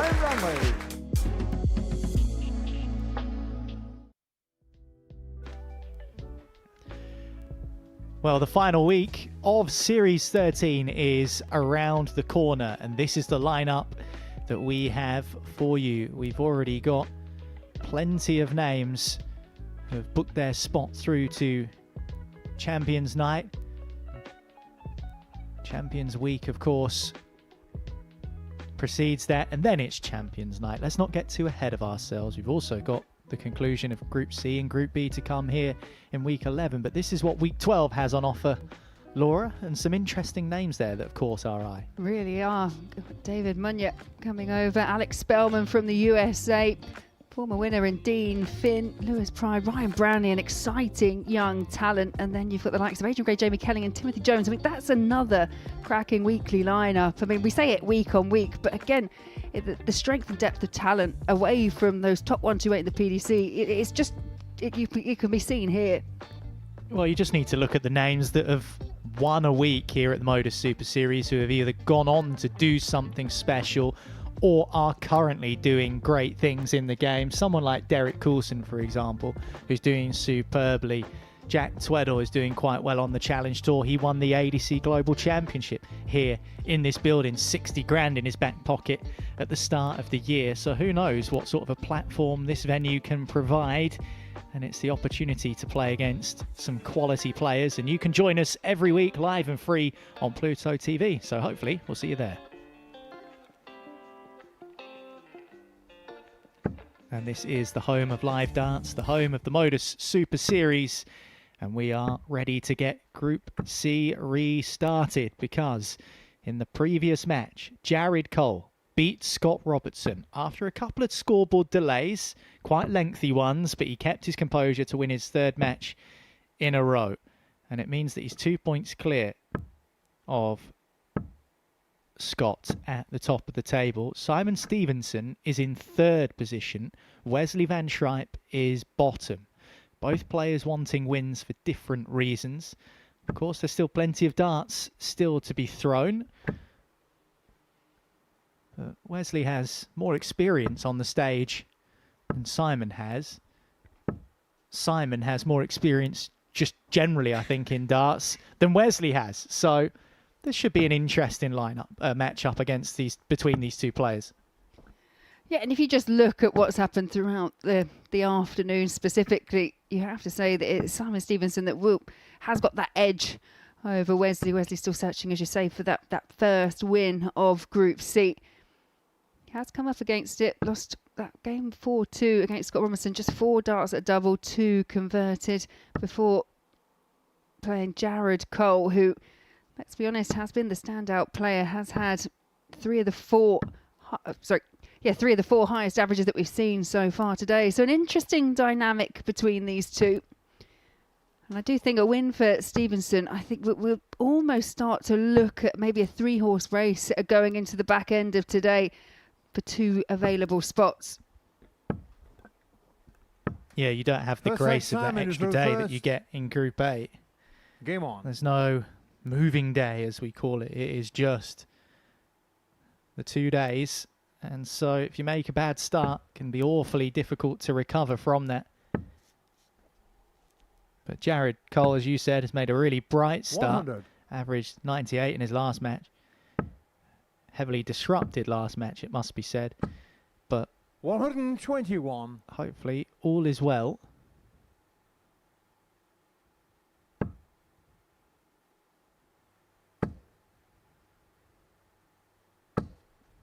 $140.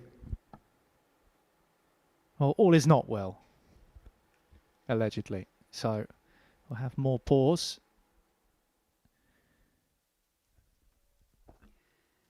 Yeah, both players. You'll see the direction where they're looking at. That's where the scoreboard is from the eye line of the players. So both players just having a look, and it looks like things have been resolved. Wesley back up to the oche. 85. And he does pick off a big treble with the last dart. 2 real kind of stark contrasting styles 85. of throw, very methodical in terms of Stevenson, much more measured, whereas it's rapid from Wesley.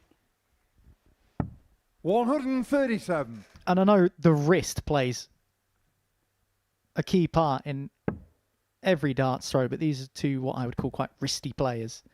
There's a flourish at the end 140. for Simon Stevenson, and you'll see that, but at the speed of light from Wesley Van Tripe as well.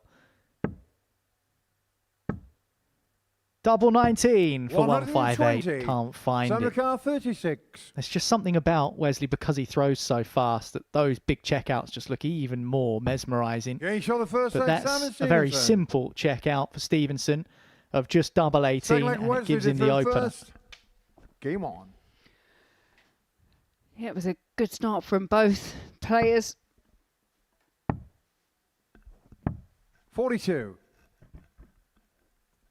Oh, a good start in a losing effort in that leg from Wesley.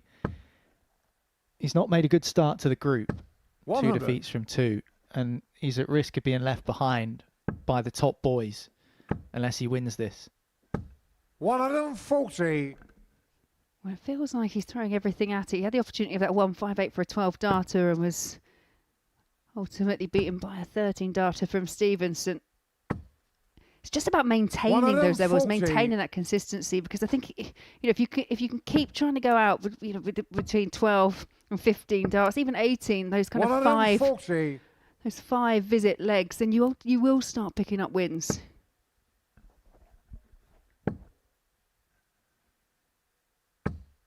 $100. Yeah, if you're pretty much targeting a 15 darter, 95. Samrakar 161. then you're going to ask a lot of your opponent. You're going to ask for really big performances to try and beat you, particularly in a race to 4. 48. Wesley Car 84. That's a good plan, but the execution not quite there for Stevenson, and there's a chance for Wesley Van Tripe. Double 12. Blink and you miss it.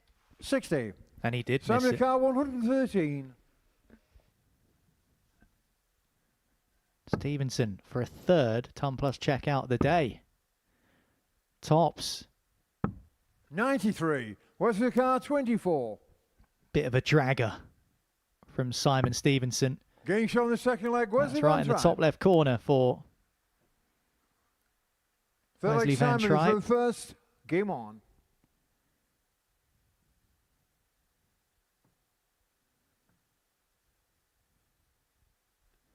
Hit that double first time of asking. Ironic that it went into the top corner, seeing as the last match went to extra 100. time and penalties, it felt like. You could bring back the golden goal. 96. That's it. Just one leg takes it all. Well, I honestly thought that Jared was going to see it out in 6 darts. He tried his best. 57. But you mentioned it in the last game. These two would have been waiting just a little bit longer than they've been used to so far today to get stuck into their next match. And interestingly for Simon Stevenson, we keep talking about the fact that he's got loads of experience both in PDC darts and just generally having played the game for so long now. But he's not played at this venue before. And these are the kind of things that can happen sometimes. It's live TV, man. Mistakes can be made. Problems can crop up. Yeah, I think like anything, when the tech is there and in place and it's working as it should, then it's an absolute dream. And 60. Most players, they prefer it. You know, we use tablets now when you go to the PDC, and even in local league, the tablets are used in the ADC. 95. But as everyone knows, if you have a few connection problems, then that lends to other things. Yeah, who's snipping our Wi-Fi wires outside the building?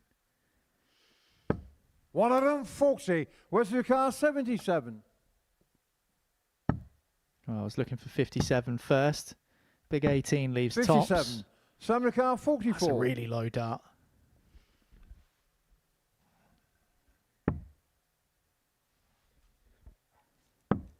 That's not low. Neither is it high. That's exactly where it needs to be from Stevenson. Full flag Wesley to throw first. The Goldilocks spot. Not too high, not too low. It's just right. The porridge. 100. I'm sure there's some way of who's been sleeping in my bed. It's the wrong bed. It's the right bed. What bed has it fallen into? 140.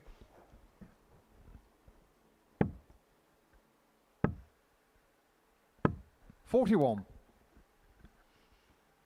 Well, you just saw the average flash up on screen there for both players. Van Tripe averaging over 100.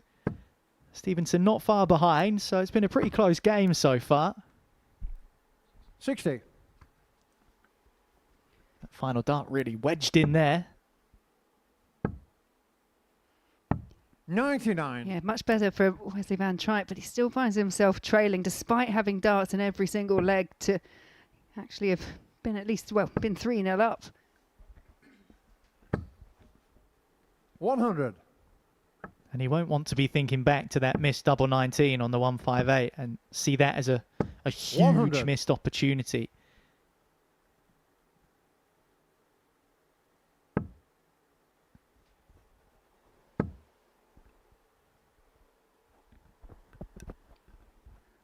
One, 2, 1 remaining, and yeah, 105. opts to bring in that Wesley bullseye Carroll, again to make sure he's on 61. at least a 2 dart out if he gets a chance to come back. 99. Well, he does get the chance to come back. 96.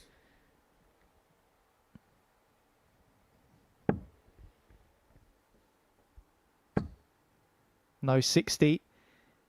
Picked 56. off by Stevenson, Wesley so Carroll, no 62. finish opportunity presents itself. Another 15 to leave double 16. 30. Samra car 40. Well, Van Tripe can't hit the target. Stevenson's already hit tops.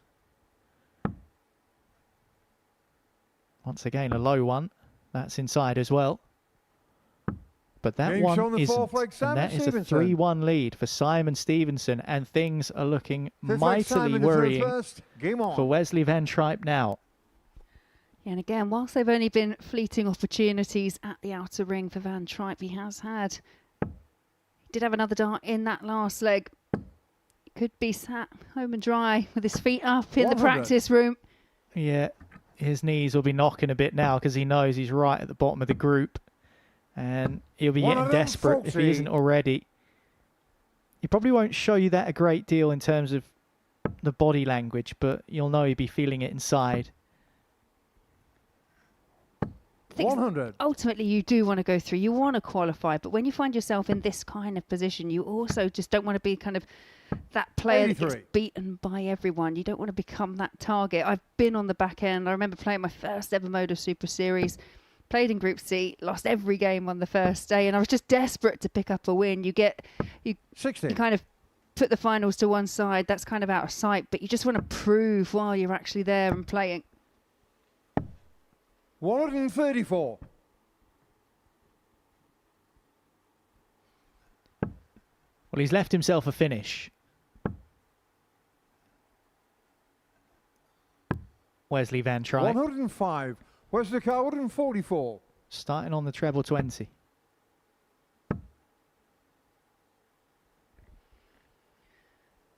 Maybe. 64 left. Just seeing where he went. 104. Picks it off Simon well. Carr, 136. Yeah, good treble. No finish now. Stevenson once again needed the 60. 96. Wesley Carr, 40. Right, tops for Van Tripe. Has to take it. Which he Green on the does. fifth leg, Wesley Van Tripe. He almost offers his hand out as if to say, well, Sixth leg, Wesley to where's through that been first. the whole Game match? on. But he's got it then, and he's now got the darts to take it to a decider. And despite having copious amounts of darts in 26. legs, I'm not sure how many times he's actually stepped up to the oche with 3 darts in hand at a double. He's just reliant on those combination finishes, the 158 in the first leg, for example. 100.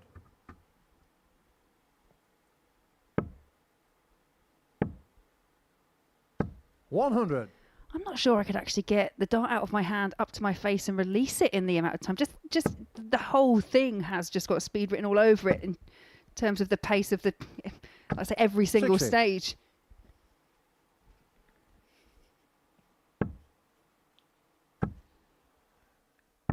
Yeah, there's no calibration point or there's no set, is there? Where the dart is still in his hand. It's just in and out. You can see with Stevenson, there's just a moment where the dart is set into position. You don't even get to see that with Wesley. 100. No, very much a rhythm player. And yeah, you go back to Stevenson's throw, and you mentioned it earlier. With a lot of players, the idea is that you get that full elbow extension and you get that really long 60. arm follow through, but the follow through just comes in the wrist.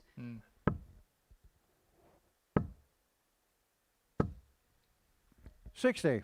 Simon Carr, 146.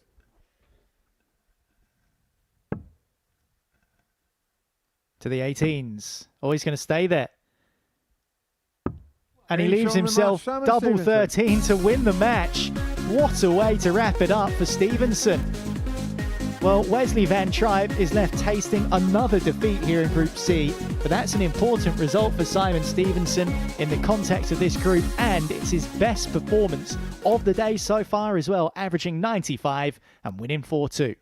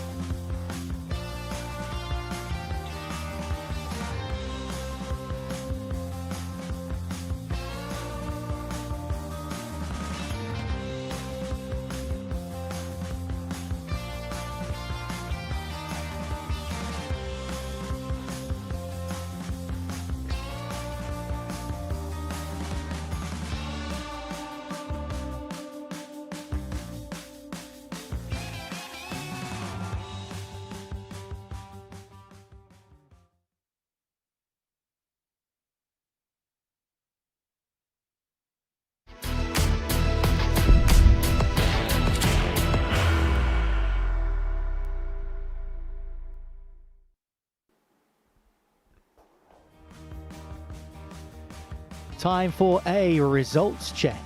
Simon Stevenson 4, Wesley Van Tripe 2. The match we've just seen, a big performance from Steve-O, 95.03 and a 146 finish to seal the deal against Wesley, who has now lost all of his matches, and that means that he is bottom of the standings, yet to pick up a win, yet to pick up any points. Even Raymond Mulvy, the Irishman, who had lost 9 games in a row, managed to pick up a victory earlier on today. His brother Danny has also got a couple of points to his name.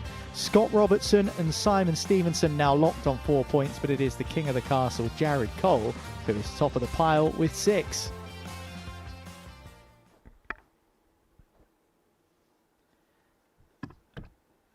And Raymond Mulvy, the Irishman, looking to back up victory in his last match over Danny Van Tripe, in which he won 4-2 with an inferior average, but some very good finishing. 44% on his doubles, 4 out of 9 it was. 73 is high checkout in that match.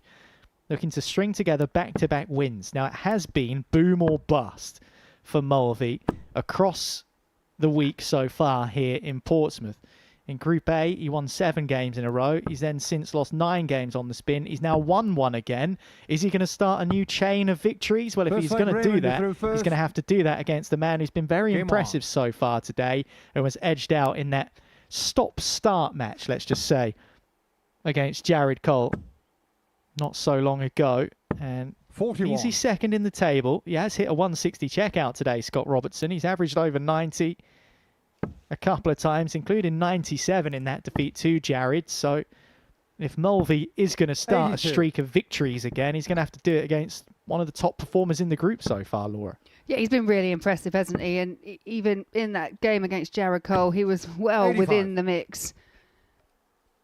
Yeah, Scott Robertson, he kind of came out of the traps flying, got that 4-2 win, as you say, early doors, and it was just Jared Cole, the table topper, that's been able to stop him so far, and it's been darts like this, which is the reason why... 140.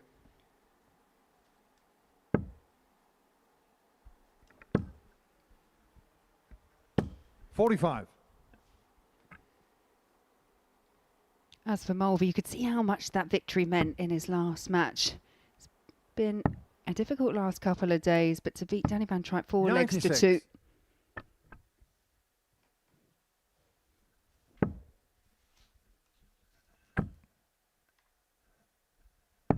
$99.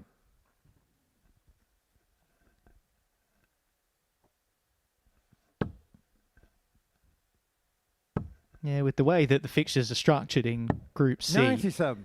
there'll be a period where you're off the board for 3 games. There's also a period where you're off the board for just 1 game, and every player will go through that, where they'll have the longer break and then they'll have the short break. 134. When you've just lost to someone who's gone above you, that's when you want your 1 game break, so you can get back up there quickly and put it right, and that's what Robertson will be looking to do. 72. Raymond It's not the first time today he's missed a chance at 7. Yeah, last time he missed, he was punished, 4-set miss, ultimately still won the match, but not going to be punished here 41. by Mulvy. Shot the car 14. Now, what does he do? Does he go straight for it, which is what he did do in the game where he missed? Yes, shot the and this first leg, time Scott he gets it Robertson. right, and he gets the opening leg against the darts. Second leg, Scott to through first. Game on. Yeah, and this is the other element that players, they probably won't be thinking about it too much, especially not now, but going into tomorrow, is the leg difference. We've seen a handful of 4-0s and we've seen some closer ones. Actually, just a 1-4-3, which was the very first 78. match. All the others have been 4-2. So when we go into tomorrow's afternoon session, that could be a factor into seeing who makes it through in those top 2 places. 81.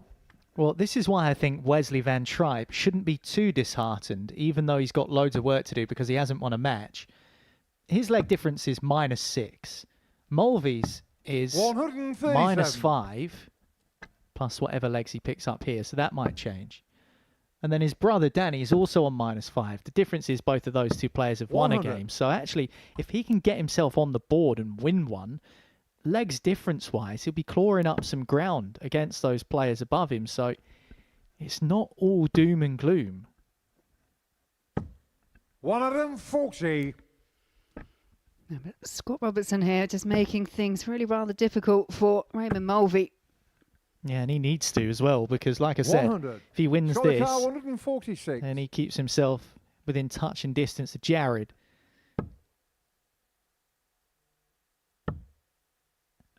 Double 16. 140. Well, that would have been for 146s in consecutive games. Simon Stevenson went the double 13 route. 100. Did it to good effect as well. If Mulvy wins this, he will drag himself further clear of Wesley at the bottom of the group, but also drag Scott into the mix a little Revenue bit. car 120.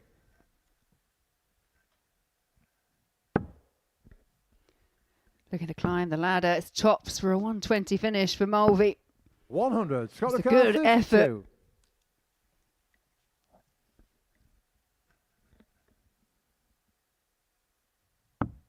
Getting shown the But second leg, rendered Scott Robertson. futile by Robertson, who pins the 32 Third leg Raymond to through first. Game to take on. his lead in legs 2-2.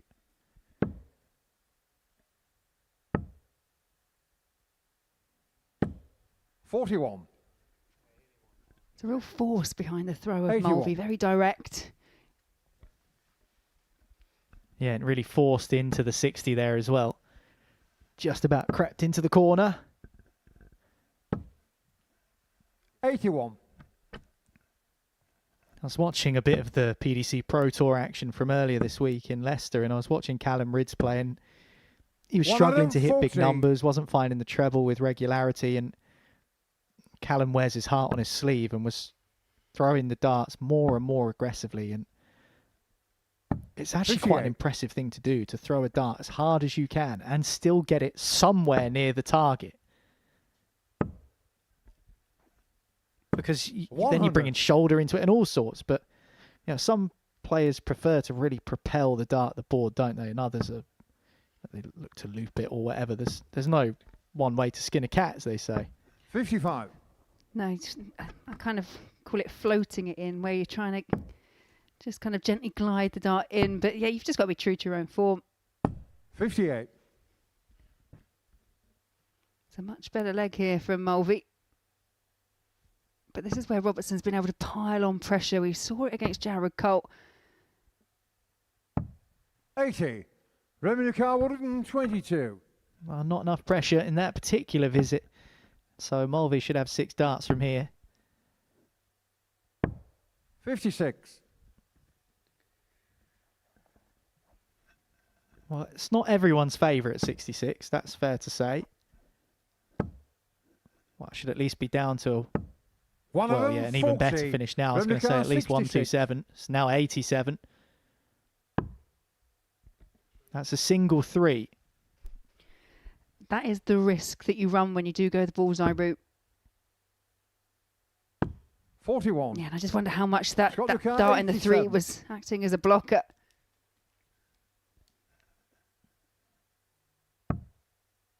That's also a big 3.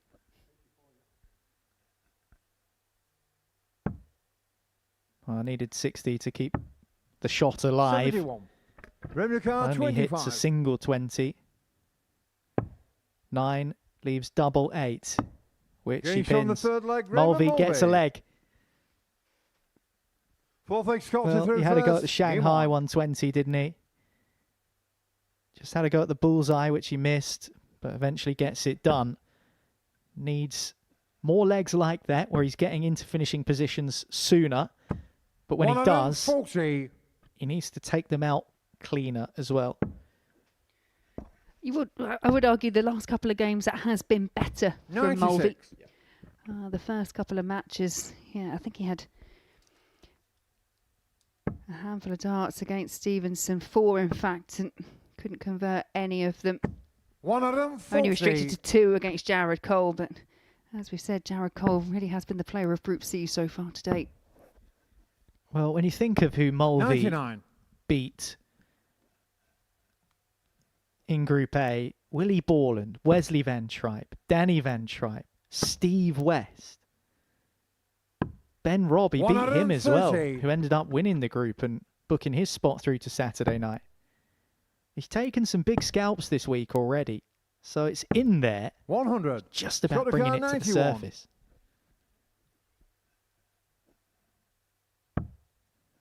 And the suggestions are he's going to be 3-1 behind. Getting shown the fourth leg, Scott Robertson. Because Scott Robertson is knocking on the door Fifth leg, Raymond of through a first. bounce-back victory. And there's that magic number again, 33%. 3 from 9 for 81. Robertson, 1 from 3 for Mulvy.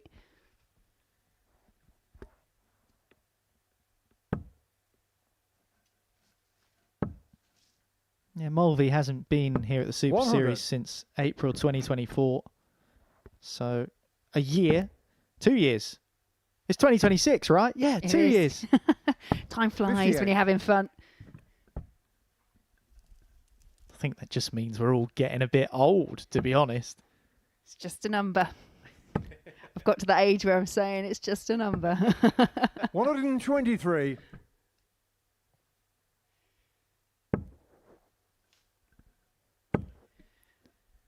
Well, you say that, it is 45. true. Because I mentioned him earlier on, Derek Coulson, well into his 50s, is probably reaching the peak of his darting career. 44. No, and darts is one of those sports where you don't see it, even in other individual disciplines, where someone like Paul Lim can come up against someone like, I don't know, Mitchell Laurie, for 42. example. You can see it, an age gap of decades, and still produce entertaining matches. Yeah, I agree, and it's something I've always stood by. It's an ageless game, and we've got Ryan Branley, that young up-and-coming player, here next week. 100. Scott Dakar, 94. 6 from here for Robbo. 88. 78. Oh, just nicks the wire. Said he had 6 from there. Almost only required 3. What he does require is 16, so he'll be back for more at 88. 55. Scott Dakar, 16.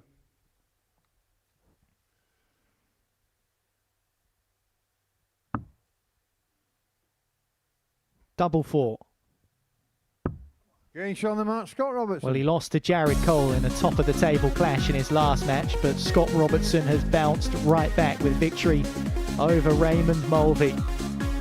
And it's a victory by 4 legs to 1, and as you can see, he's done it with a 94.52 average.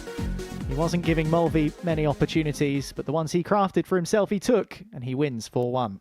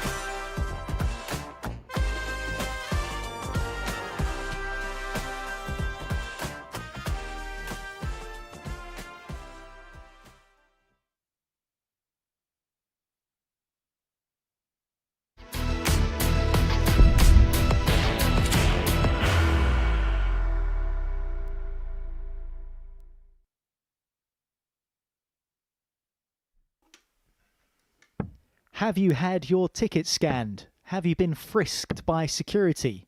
If you have, then you are through to the arena which houses these two men, because it is the Van Tripe Derby. The two boys who will be representing the Netherlands international pairs, sibling rivalry simmering, and not for the first time this week. That is Danny Van Tripe.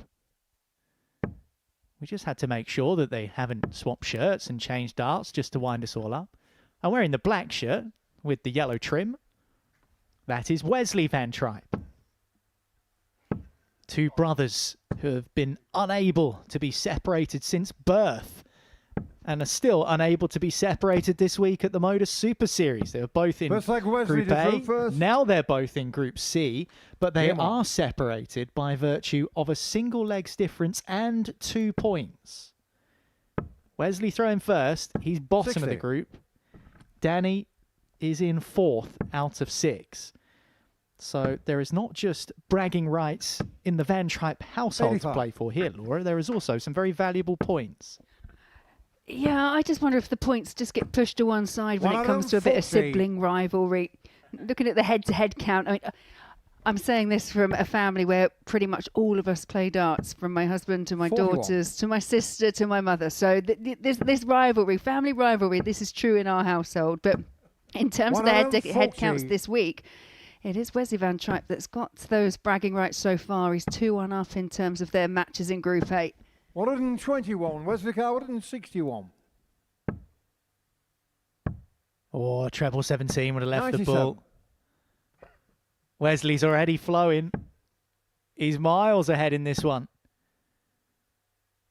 60, Wesley Carr 64.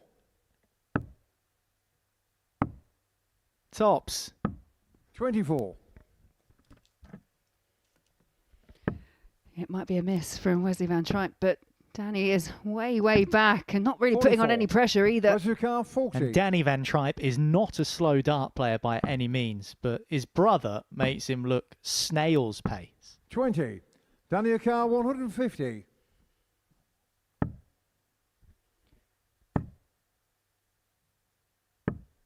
$96, Wesley Carr 20. Well, he's already had opportunities to win this leg. He's got more here. Now he's 16, run out of Danny Carr chances. 54. And Van Tripe D has been slowly chipping his way down towards a finish. Double 10. 44. Now he can't close Wesley out the Carr leg 4. either. Would have been a breaker throw too. It was 8 doubles missed between the pair of them, but it is Wesley that gets across the line despite missing 6. First. Game on. Danny Van Tripe really shouldn't have had much of a look in, and how he'd like to have punished. Well, I can confirm your theory of sibling rivalry in a competitive household, because before the show started today, you said to me, I beat my daughter with a 132 the other day. A 134. 134, sorry. I'm going to be specific I've about done you this. out of 2 points there. If we're going to say this, we've got to get it right. You've got to be factually accurate here. Yeah, you just got to, you know, there's just no allowances. You've just got to treat them like you treat any other player. Although, actually, I think you're slightly harder on them. 55. You've got to earn it. You have to earn your wins. 100. I did get a follow-up comment. Was that really necessary? I'm like, yeah, it was. 100. Well, speaking of earning wins, this will be hard-earned for Wesley, not only because it's against his own brother, 100. but because he's desperate for the points. Has zilch to his name at the moment. Did find his best performance Wesley today in the Carr, last match 160. against Stevenson. Had a 93 average. Anything around that mark, and you think he's going to do some damage against the way that Danny's been playing today. Well, it's funny, isn't it? Despite the fact that 60. Wesley is bottom Danny of the Carr group, 134. it's Danny who looks desolate. He's the one that looks dejected. 94. Wesley Carr 100. Danny set up lovely, but will he get back to Any the sort of Oki? second leg, No, Wesley is Van the Tripe. answer. It's a ton finish for Wesley Van Tripe. Third leg Wesley to throw first. Game on. Well, Wesley will be thinking about time. Danny will be thinking, you haven't won a game all day and you decide to turn up and do this against me right now. Well, he's halfway 85. there, and he'll be thinking it's about time because of the 6 ton plus finishes we've had today before that one, 60. 4 of them have come against Wesley Van Tripe. So he's got one of his own. It's a minnow, a ton, but it comes against his brother, and it gives him a 2-leg cushion. 26. You mentioned those 4. I think 2 of them came as match-winning opportunities. The 104 from Jared and then the 146 that we saw just a couple of matches ago from Stevenson. 80. But you are right, Danny Van Tripe just cutting a real kind of dejected figure on the stage as he walks around. Yeah, you'd think he was the one that was propping 59. up the table. With the way he's swanning about the stage with that look on his face. 40. He just can't find trebles for love nor money. He's really struggling on the scoring phase. Although that being said, the scoreboard has both players on 196. But I'm not quite sure that's right, so we're going to investigate that. Danny had 40. Well, they've obviously spent a lot of time in each other's company over the 20 plus years that they've been alive. But, oh, now they're talking to each other. I was going to say, they've not said a word to each other.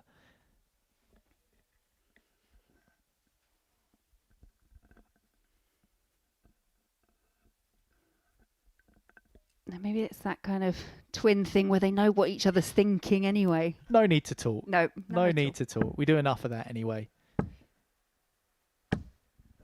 121. Daniel Carr, 156.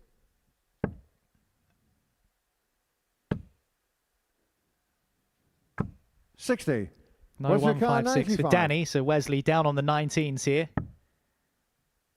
Now back up to the 20s. 46. Daniel Carr, 96.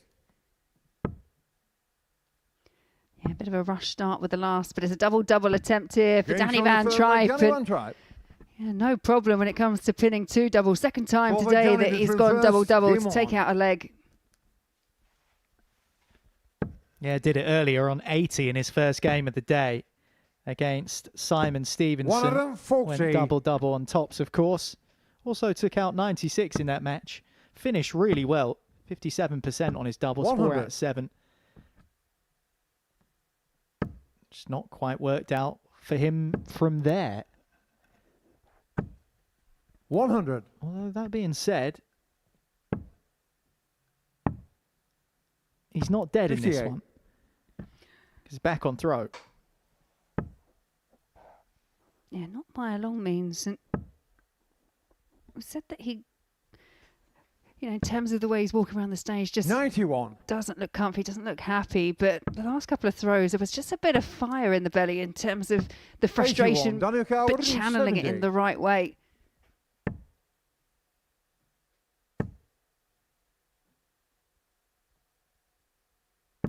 $50.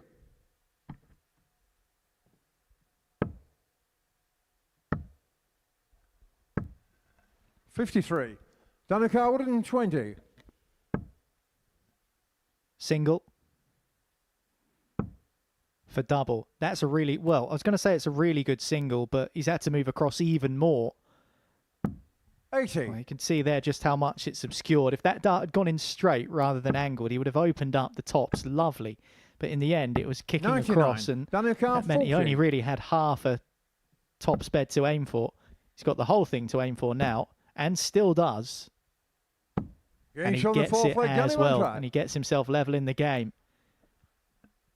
Fifth leg, Wesley to throw first. Game on. Ultimately ended up being a comfortable holder throw for Danny Van Tripe. Not something that we've been able to say too many times today.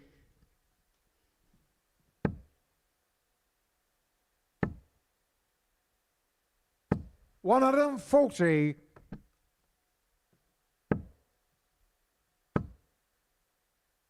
$99. You just get the feeling this game is livening up. Back-to-back 140s and another treble visit for Wesley. 96. And a good find with the last for Danny.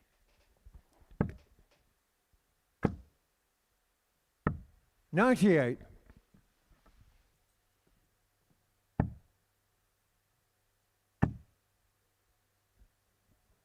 Yeah, he's being forced to stay there to try and leave a 57. finish, and it's a big Wesley deflection. Carr, It was awkward for 164. Danny Van Tripe. 60. Now, what can he leave? 140. Wesley Carr, 104. Well, you said this game is just starting to heat up. It's a good setup shot from Danny Van Tripe. Can still hit 57. Game shot on the fifth leg. Wesley So Van sweet Tripe. from Wesley Van Tripe. The 57 left him Six leg Danny 32, to which he first. found. Game on. And of course, it was in the blink of an eye because that's just what Wesley does. He's back in front against his bro. Yeah, and it's not the first time in this match that he's 140. found a ton plus finish when his brother set up. Took out the ton when Danny was out on tops, and the 104 after Danny hit a big score to leave himself on 68. 140.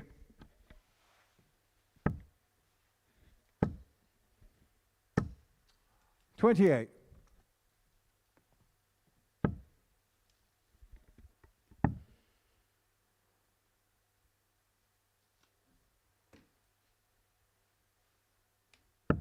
$43. Well, a bit of a slip, but Wesley is way back, but he won't be after this, and you can see there's a real disparity in terms of the 140. averages between the two, despite Wesley leading 3 legs to 2. Yeah, it was up as much as 5.5 60. points at one stage. Of course, Wesley has had a couple of those combos 99. which have Daniel Carr, resulted in 118. closing out legs. That's exactly what Danny Van Tripe needs here. I went searching for 44. the 60 and strayed a little Wesley too far Carr, left. 134. Go on, tell us how this is done. 134. See, my way was treble 94. 17, treble Daniel Carr, 17. I think that's 74. where he's gone wrong. Double 12. Oh, 50. can't find it. Wesley Carr, 40. Can Wesley Van Tripe find tops for the win? Game He shot on the can. match, Wesley Van And he Tripe. beats his bro. And Danny wants nothing to do with him. Get out of my sight, he says. And sibling rivalry sees Wesley Van Tripe succeed and pick up his first couple of points of the Group C campaign. He did it with just a marginally better average, but he was far better on the outer ring, including a 104 checkout. He wins the Van Tripe Derby 4-2.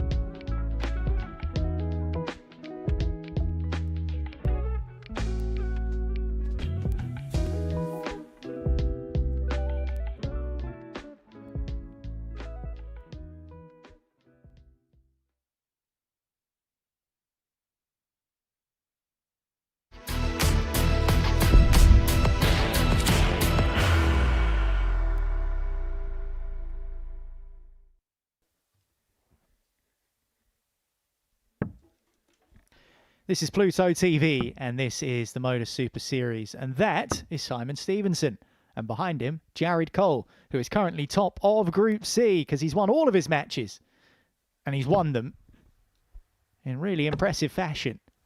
But he comes up against Simon Stevenson, who is a tricky customer. As we've been saying, a man who has defeated Kim Hybrex and Dave Chisnell, and Gerwin Price was his eventual undoing at the UK Open at the quarter-final stage back in 2019.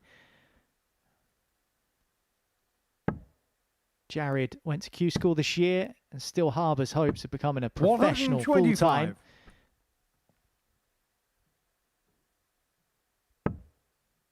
He, of course, has a future in darts, regardless whether that be spotting or playing. 100. He's so knowledgeable about the game, really lives and breathes it. And he'll be delighted if he can just 100. Scratch off one more win against a tricky customer in Simon Stevenson. Yeah, most every game, as we know, any outcome is possible. 60. You do feel that this is the other big challenge as it stands today for Jared Cole. He's seen off Stevenson. He's seen off Robertson. It's becoming one of those days. I did it as well. Don't worry, I did 59. It as well. But with regards to Stevenson, another player, he's just been solid throughout the day. Although he has not every result's gone his way, he's just looked very lightly when he steps up to the oche. 96.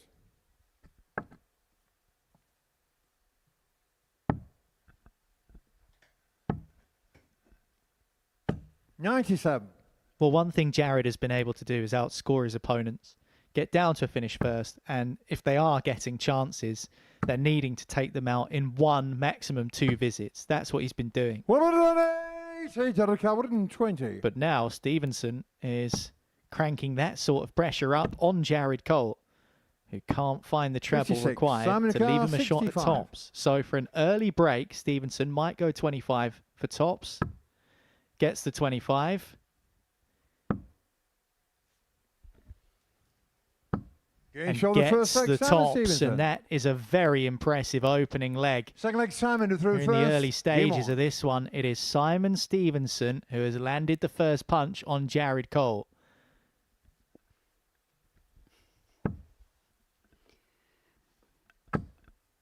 Yeah, and I know we were talking earlier that 100. it's a nominal amount of legs that Jared has lost, but actually he's only coming up against 10 darts from his opponents in total 100. at a double. 3 matches played and his opponents were 10 goes at a double. I mean, that's some stat.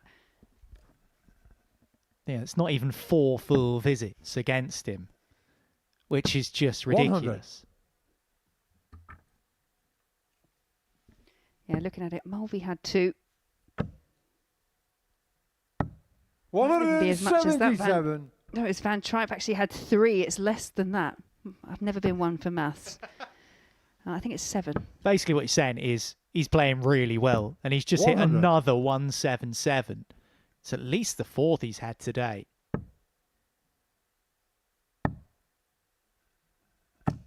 $134. And another 2 treble visit from Jared Cole. Should be at least a poke at bull. Might be 2 at double 15. 105. Judge the car 90. Bringing the bull in. Don't want to leave yourself a 3-darter 101. Stay straight. Bullseye. Oh! 40. Wired it. car 96. Well, might that be the bit of luck that Stevenson needs? Well, he won't go out now, so Cole 56. will get a look at that 50, 50, and he won't be going for the bull. That's 10 for tops. 10. Sam car 40. A couple of misses at the outer ring for Jared Cole, an unlucky bounce out on the bullseye. That's right on the top wire from Stevenson.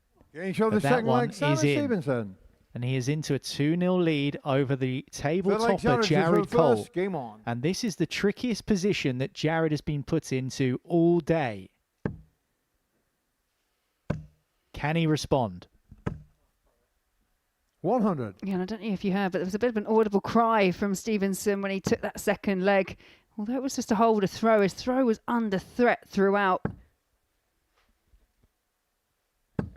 100.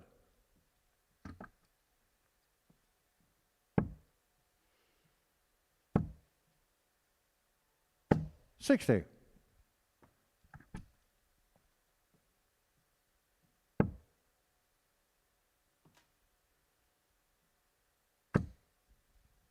He's playing so well, Stevenson.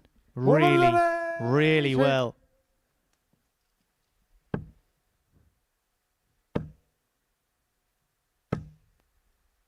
$95.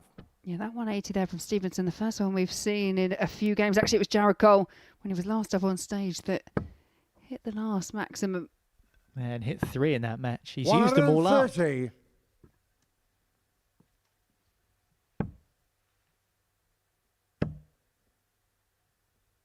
$140. Samarican 91. That's really good from Jared Cole. Gives Stevenson something to think about here with this 91. To the 16s. Well, was chasing the treble, hit the single. 66. Isn't far away from right in the middle. 106. It's a missed bullseye effort for Stevenson. Jared Cole. Double 18. Gains on He's the third leg, found Jared a Cole. ton plus finish when he really needed it from the king of the castle. Fourth leg, Simon He was is a through bullseye first. away Game on. from being 3-0 down, and now it is 2-1. Yeah, massive find at the perfect time for Cole, but the fact that he's having to find those big finishes just 100. to hold throw just shows you how well Stevenson is scoring at the moment.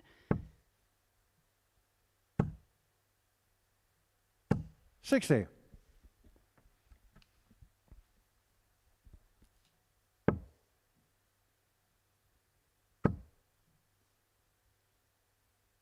$100. Back-to-back tons to open up leg 4 from Stevenson. Jared just trying desperately to find a big 57. treble. Yeah, and by virtue of getting the break in the first leg, Stevenson does still have himself in the box seat. It's just a leg between them.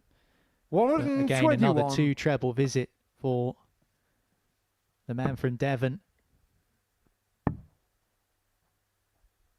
93. One thing that people might notice, Jared likes to go back to the table and definitely has his routine. And it's served him well 30. so far. But he needs a big visit here to put any kind of pressure on. 180. He's booted the door wide open. Won't take out 150 now. It's Nelson for Jared Cole. Just took out 106. 100. Jared Cole, Does he have 111. 111 in his crosshairs as well? Not this time. 59. So Stevenson Simon will Cowell, have 50. the opportunity to hold and puts himself 1 leg away from the win. He's been deadly on tops, and that has been such a good guide for him throughout today, and he Gains on the uses fourth it leg, beautifully Stevenson. once again to go within 1. Fifth leg, Jared to through first. You are Game so on. right. Every time he lands that dart on the top wire, he is almost as night follows day, followed it in. 100. Well, Jared Cole facing potentially his first defeat of the campaign.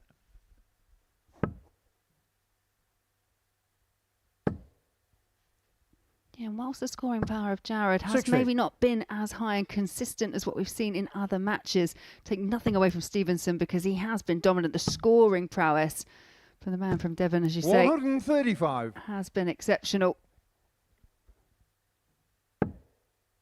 Still, Jared will be up there thinking, okay, I've thrown first, let's hold throw and let's see if we can 58. find a way of breaking. I think if you're in Jared's position now, it's about trusting your quality, not trying to chase it, not trying to force it, and I know time's against him, but just trust how good you are at 140. the game to give yourself an opportunity. mean, I know he's the best player in world darts, but Luke Littler's someone who does that so often where he can 60. be quite a way behind. We've seen it in the Premier League in recent weeks. He just trusts his class.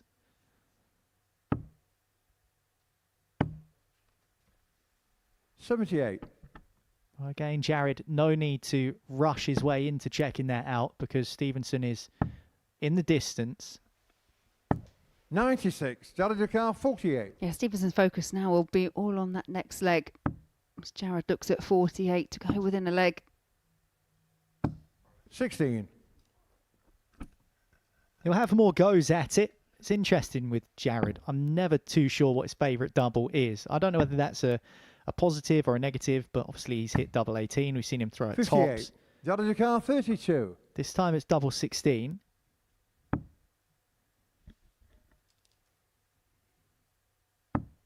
Brilliant dart. Superb dart. He's gone the other side of it. He's gone over the top of the marker dart that was there. It wasn't even a marker, really.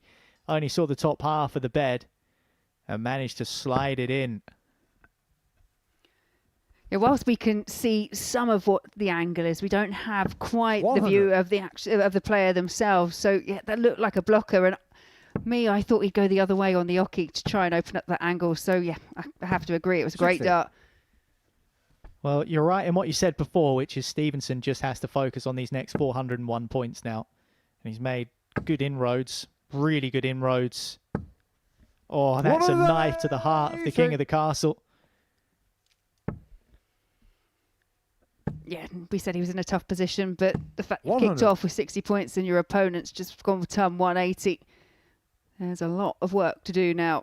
Yeah, 2 trebles plus these, the difference.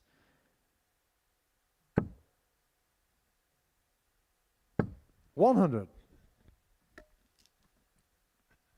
Has to be big from Jared Cole. 99. That's not big enough. Sam Ducal, 121. 1-2-1 to beat the table topper. Down to treble 17. Bull. Decided 81. to lay up. Right choice. No need to start messing around on bullseye finishes when Jared is not yet down to an outshot himself. 140. He is on a finish now. But it's Stevenson for tops.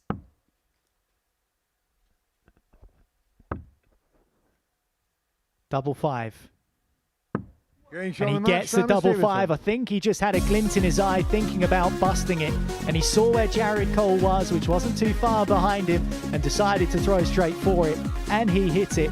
And what he does do is he hits Jared Cole with his first defeat of the campaign. A really good performance from Simon Stevenson. Inflicts defeat on Jared for the first time. He beats him by 4 legs to 2.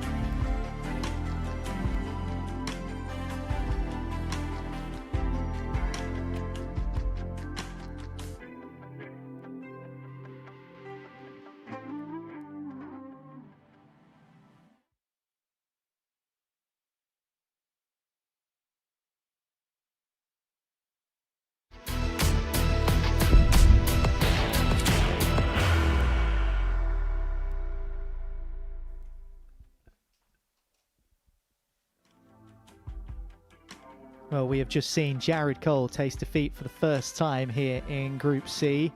And it's significant because if we show you the table, you'll see why Simon Stevenson picking up those 2 points has put him in such a strong position, because it means he's leapfrogged Jared Cole by virtue of legs won.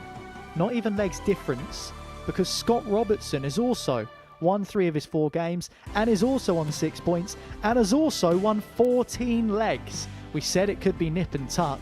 It's getting tight here in Group C.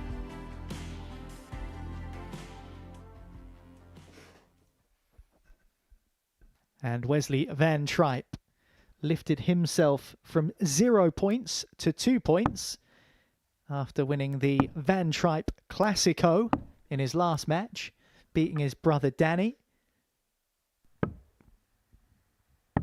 Now he has to take on and take down Raymond Mulvy, the ADC qualifier from Ireland. And Wesley Van Tripe, despite the fact he hadn't won a game before his last match against his brother, certainly didn't play like a man who hasn't tasted victory. Now it's all about building on that, Laura, because there's no point beating your brother only to go and produce some of the stuff he's been producing earlier on today, which simply put, by his standards, hasn't quite been good enough.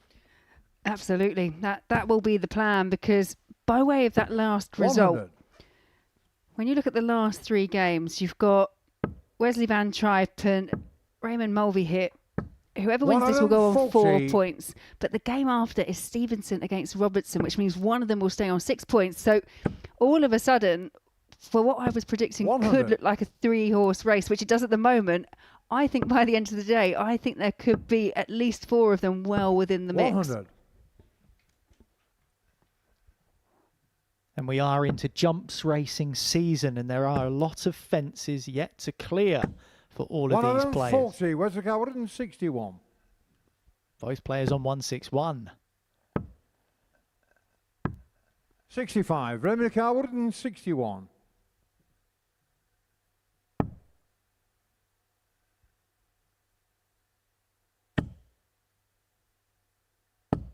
$95, Wesley Coward, 96. 96 has been a favourite finish of Danny Van Tripe so far today. Wesley couldn't find it himself, and a slip with the last means if he comes back, he's going to have to spurn a dart, but it's 88. On the first no, leg, missing Mulvy. there. A ball double finish for Mulvy. Second leg, Raymond through first. That was lovely from Mulvy.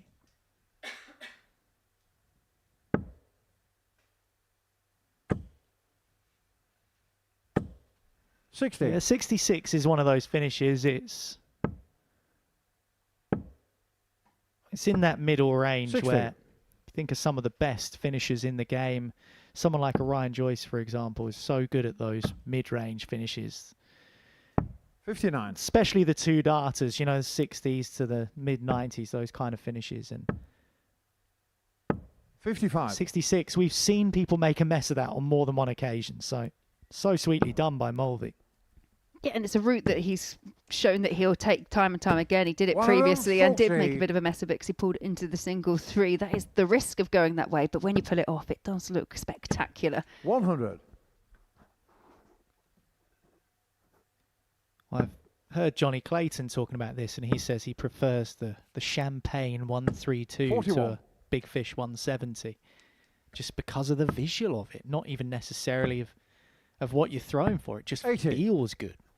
Yeah, and I'm a fan of that thought. 132, I would say, is probably my favourite finish to watch as a spectator, but also to go for as a player 96. because there's multiple routes, isn't there?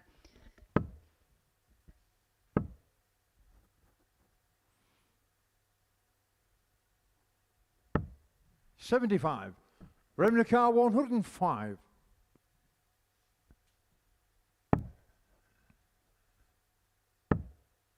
Well, Mulvy hasn't yet hit a ton plus 73. checkout Wesley today, Car and that 131. run will continue. 91. Just the width of a wire away from that treble 13, but it affords another chance here for Mulvy. This time, no mistakes. Puts Felt like himself Wesley 2-0 up first. as well. Game on. And you know what? I'm a touch surprised that Wesley Van Tripe went 61st. Just him and 60. his brother strike me very much as 51 first on 131. Going the tops route, and we are seeing more and more people doing it.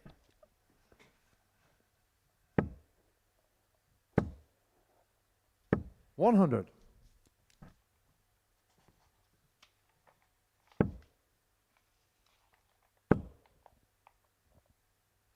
$100.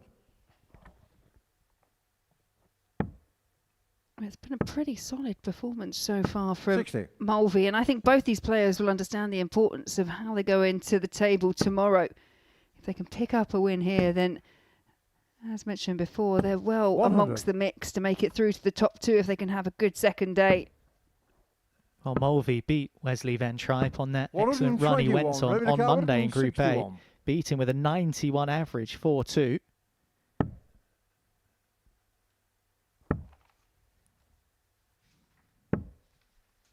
$111.21. That leaves him 40. 60. Revenue car 40.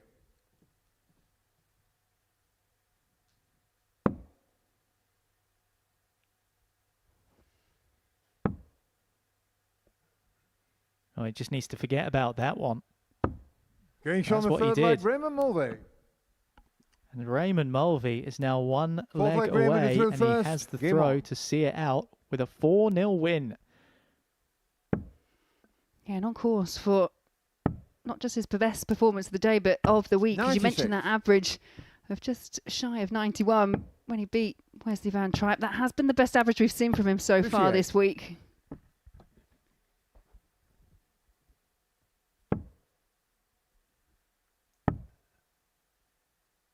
Yeah, just needs a 96. solid leg, and we might well see him go above that number. Maybe it's just something about Wesley that gives him a bit of 45. confidence. Maybe it's the pace. I'm not sure, because you think about often players when they practice at home alone, they are returning to the oche far more regularly than they would be if they were playing against an opponent. 171. And there's a lovely 171 from Mulvy.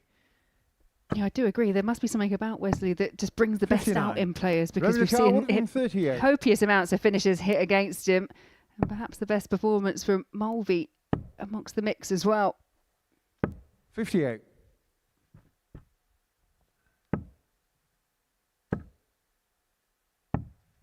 $99. For Revenue a car 4-0 80. win for Raymond Mulvy. That's a single 16.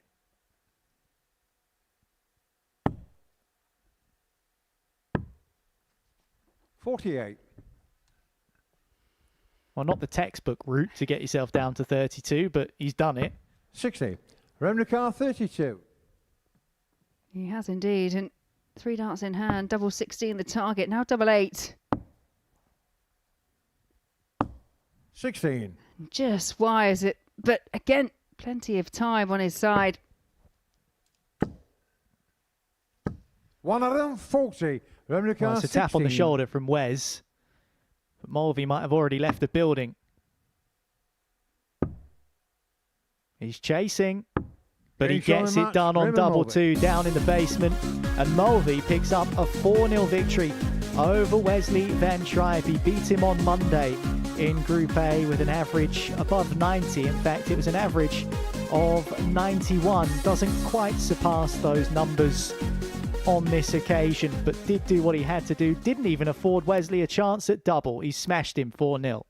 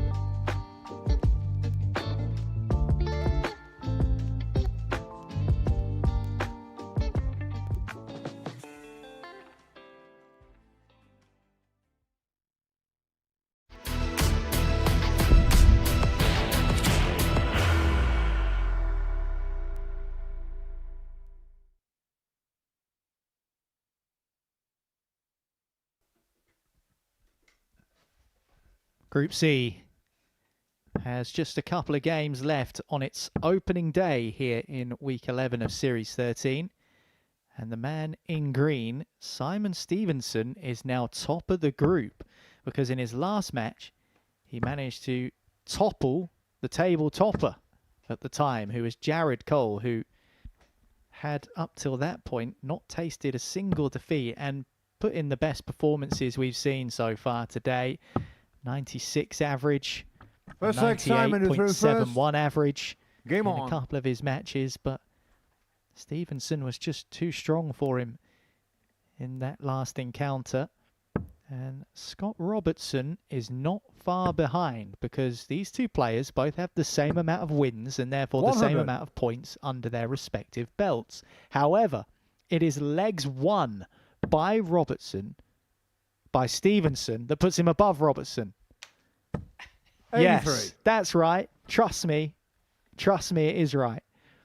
Stevenson is top of the table by legs won. And we said it was going to be close. It's Stevens' 60. son against Roberts' son. But who's going to end up on the top by the end of this affair? Yeah, I'm not sure if we should go by blue shirt guy, green shirt guy in this particular match. Blue versus green, Steve against Rob. Steve-O against Robbo. How about that? Simplify it nicely for you. 100. But I've been impressed with both players today, Laura. I know you have as well. I've been impressed with particularly our top three. These two and, of course, Jared. 85. It feels like the two Van Tripe boys and Raymond Mulvy, we've almost got a mini league between those and then these three lads at the top end. 70. Yeah, and I think, considering that they're the players that have come into Group C, sometimes I do wonder how long it takes players to settle. You know, that first game, sometimes you can understand where there may be a few wayward 83. darts, or you haven't quite got, you're not quite fully focused. But we haven't seen anything from the likes of Stevenson, Robertson, or Cole, as you mentioned. Those top three players, all three of them are the ones that are coming in. 60. They haven't had the luxury of playing all week, so I just think it makes it all the more impressive.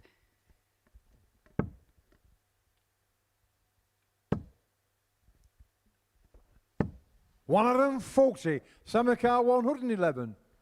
Well, he's left double six. Obviously liked the lie on the 20s. Decided to stick there. 57. Now let's see if he can Car 12. finish what he started. Game shot of The first leg, answer Scott to that Robertson. question is a very emphatic yes. And Robertson Second leg, has the Scott to opening throw leg of first. this top of the table tussle. Game on. Well, as mentioned, both these players sat on 6 points. We've just seen Mulvy have an emphatic win over Wesley Van Tripe, which sees him now move on to 4 points. So 140. I think coming in tomorrow, I think Mulvy may actually really fancy his chances as well, especially if he can start the way he's finished today. 96. Yeah, we're not even at the halfway stage yet. I mean, some players have played all of their games now. Mulvy being one of those players. But Jared Cole 91. plays Danny Van Tripe in our final match of the afternoon. And of course, these two closing out their respective days' work against each other. So we're only just hitting the midway 140. point. And how many times have we seen it where someone's just been stellar on day one in Group C? They've gone into the overnight top of the group looking like they're just going to sweep the floor with everyone, and then they come in the next day, can't string 60. a leg together, and they end up not even making it through to Saturday night. Yeah, I don't want to mention Scott Mitchell, but I should bring it up. Oh, poor Scotty. And again, legs difference, the demon for him. Yeah. 100. Afternoon, Scott, if you're watching. Hope the cows are treating you well. I'm just going to put my phone on silent just in case he is. He's got some beautiful new calves 58. on his farm, I saw. Did I read that one's now called Henry? Apparently so.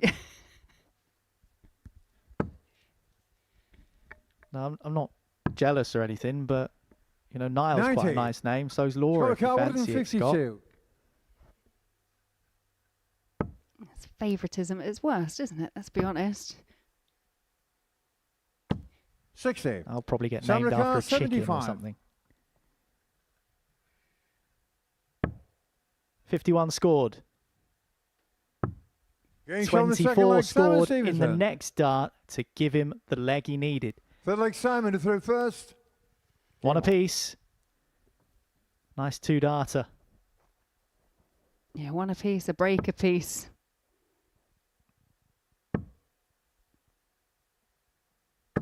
$100. Well, I'm led to believe, or at least maybe I'm right in thinking, that Simon Stevenson is an avid follower of one Plymouth Argyle 60. Football Club, hence the green and black. And if he can follow the route that Argyle have taken through their League One campaign, 180. then he's going to start getting better. Because Argyle had a terrible start to the League One season. They were in the relegation zone for ages, could barely buy a win, and 131. now they're up and around the playoff places. So if his trajectory follows that of his beloved football team, then who knows what could happen to him tomorrow, because he lost his opening game, albeit playing well. Since then, he's gone on a surge. And if he 60. can continue to win and beat Robertson here, he'll put the pressure back on Jared Cole to overtake him once more heading into tomorrow. 100. Samuel Carwood, 61. And the 161 is available, but doesn't have to go for it. Now doesn't have that option, but what a great setup. Well, he's just hit 24. He's going to get another throw at it. 128. Samuel Car, 24. Double 12 for 2-1. Can't miss. Gage on the Doesn't third miss. leg, Simon Stevenson. Tell you that one thing he's Fourth been leg doing shot today through brilliantly, first. Laura, Game is on. those marker darts on doubles. I mean, he has been wiring them, but the markers have been so generous, haven't they? Yeah, and there's an argument 96. that we've sometimes had that you can actually get a dart too close to a double in terms of a marker. And when I look at that, that's how I feel about how he lands those darts. But as you say, every time, double 5, double 18, you're just in there on double 12, tops on many an occasion, just manages to use that as a guide. And you can see the averages there. There's a bit of disparity between the two, but back-to-back 14 darters for Stevenson to lead 2-1. Yeah, it's going to be hard to fight against if you're 97. Robertson. And Stevenson, in all fairness, was the bookmaker's favourite before play started this afternoon. There you can see those back-to-back 14 100. darters for Simon. 6-5. That was the price that he would have got at the start of Group C 58. campaign for Stevenson. So the bookies fancied him.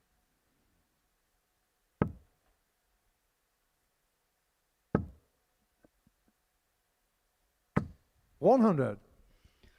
We look disappointed, especially with that last start, but he is first down to a finish.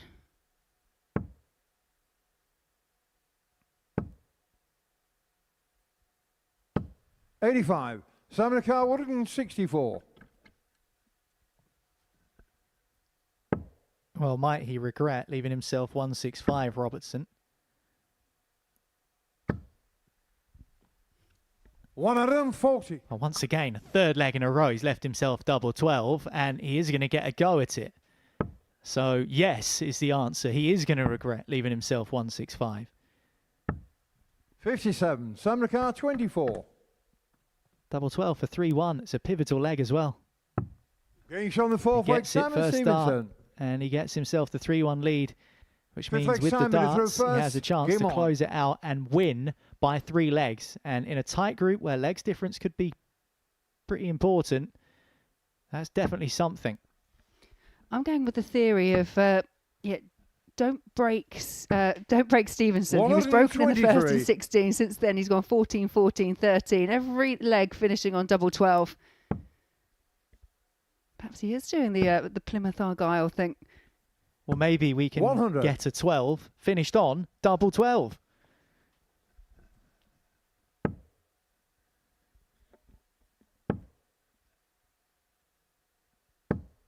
$100. Well ahead in the averages, Stevenson. Well ahead in this game as well. Just wonder whether maybe it's a bit of fatigue for Robertson. 131. And as you mentioned, he's not been here all week, but the fatigue from leaving himself 165, didn't even give himself a chance to win that last leg, ended up losing it, and now is looking more than likely to lose the match. 100. Yeah, whereas Stevenson, I feel, has just got better and better as the day has gone on.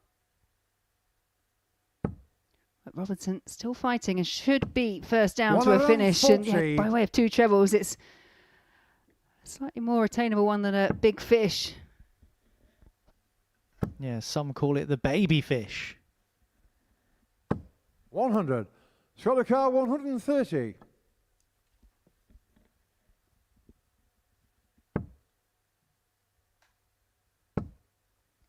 Bull. Brilliant. Absolutely brilliant from Scott Robertson. He made a blunder in the last leg, leaving himself a bogey number, and gave Stevenson the opening to take it and put himself 3-1 up. Now he's found a way to bounce back. Yeah, and what he's also done is found a break of throat, and we're back on course with what could be a level match.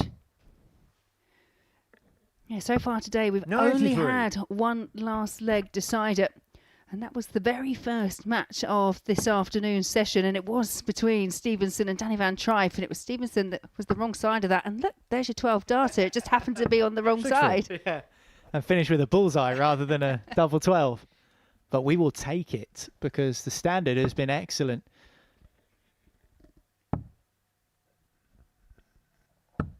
$43.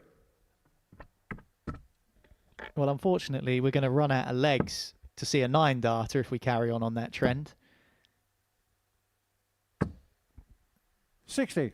But in this group, you do have players who have done that here at the Live Lounge in Portsmouth. Jared Cole, who's on next, he's hit 2 of them on that stage, and he takes on Danny Van Tripe, who hit one, was it a Champions night, finals night? He hit 81. one in a big stage occasion anyway.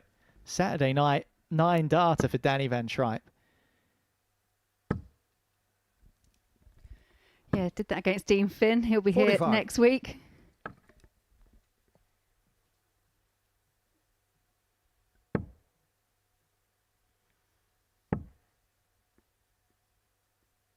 $45.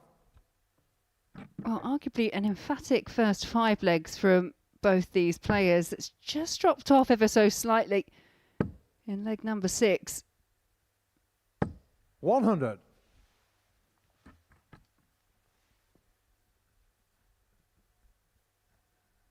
Is this the calm before the storm? Certainly looks very calm up there on the stage. 100. I just wonder if that 130 finish from Robertson's just taken the wind out of Stevenson's sails slightly. 140. Scott the car 139. Well, he needs another biggie. And 139, one of the hardest in the game. 97. Sam the car 96. And he's made a decent dent. Stevenson looking to dent Robertson's hopes, and that's a dent to his hopes on 96. Yeah, he won't be able to go out now. Away with 31. first dart has cost Got him the an car, opportunity, 42. and it might cost him the match. It could be that significant, that single dart into the single 5. Double 16. 26. He's inside. Sam the car 65. So Stevenson is offered a reprieve, and there should be at least a match start here. Well, wanted the 25 for tops. Oh, no score. He's busted Shot the score. car, He wanted big 7. Wasn't even a flicker from Stevenson when he found that bullseye, but over adjusted down to find the single 7. But this is a huge opportunity for Robertson. And one that he Innings on the takes sixth gladly, leg, levels it Scott up at Robertson. 3 apiece, and we do go all the So way. the final leg, Simon to throw first. Game on. Well, it will be Simon to throw first. But Simon should be in the back room, having picked up victory. And if he isn't feeling that way, he should 43. be. He was too good for the 25 and hit the bull, but to miss big 7 and not even give yourself a chance.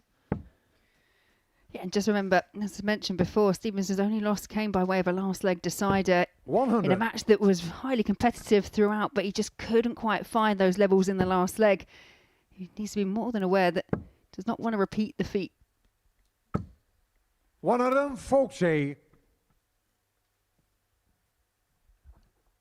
Well, Danny Van Tripe up next against Jared Cole to round out Group C for today. And I just wonder, Danny Van Tripe, ever since we changed 60. the dartboard after game 2 because there was blood on it, he's not been able to win. Bring back the old board. That's what Danny will be saying. Dart players are a superstitious, I can't even speak now, 100. that word bunch.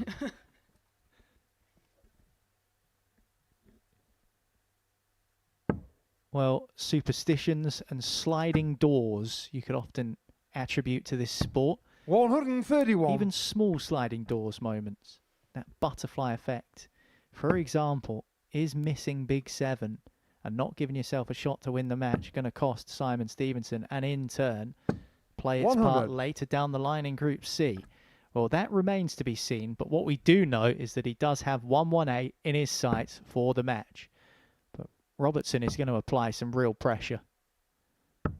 134. Real 118. pressure. This is huge. Can't find the 60. So can 100. Robertson He's got the car fashion himself 76. match darts from this position?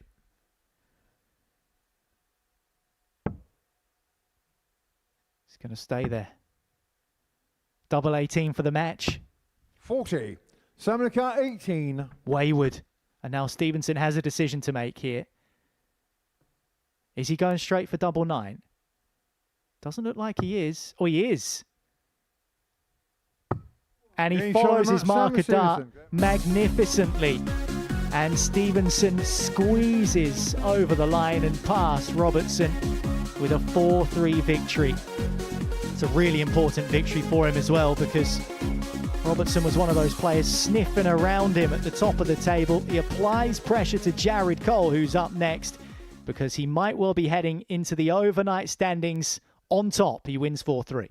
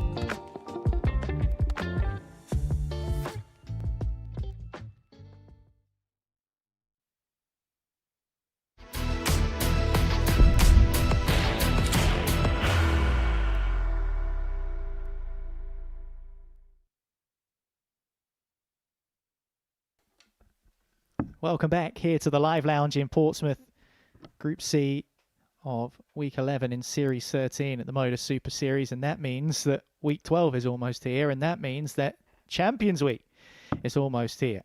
But who will be through to Saturday night from this group? Jared Cole will be hoping it's him, but he's not top of the table because he's been knocked off his perch by Simon Stevenson, who beat him 4-2 in his last match.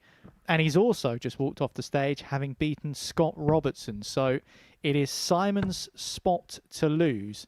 Jared Cole will be hoping that he can do some damage to his hopes. So what have you got, Jared? That's the question.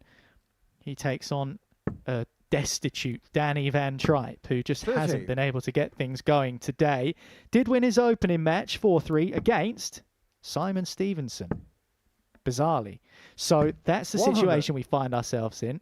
Jared Cole looking to pick up another couple of points and bounce back from defeat. And I don't think he should be too disheartened with that defeat to Simon Stevenson. Yes, it's annoying because it means he loses top spot in the group heading into overnight.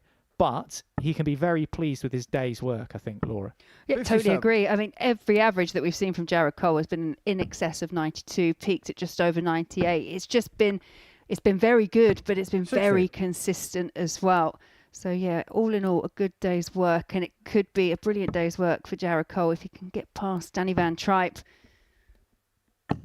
134. Well, the last time we saw Danny on the stage, he'd just been beaten by his brother in the Van Tripe derby, Wesley picking up a victory, only to then go and lose 4-0 to Raymond Mulvy. So that would have annoyed Danny even more.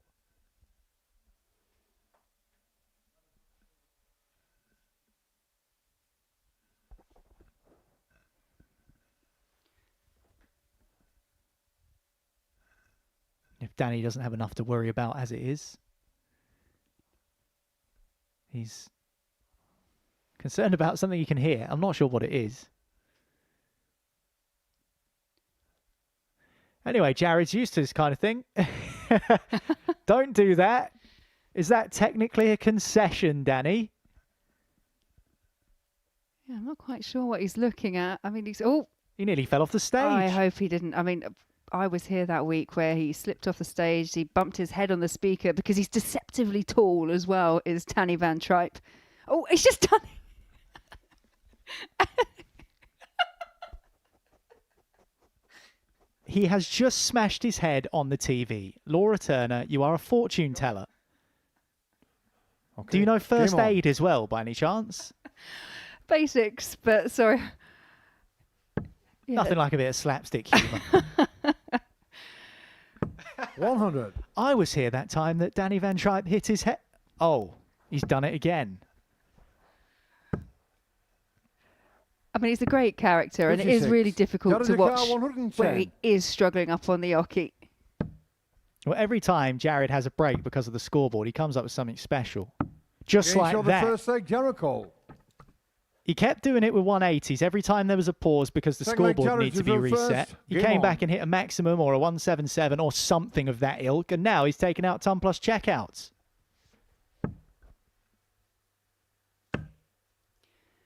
And he looks like backing it up with a maximum, and it is a 180 for Jared Cole.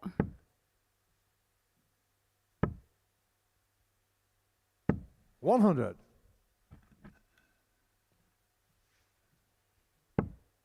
Well, technically 6 perfect darts heading into the 45 visit there.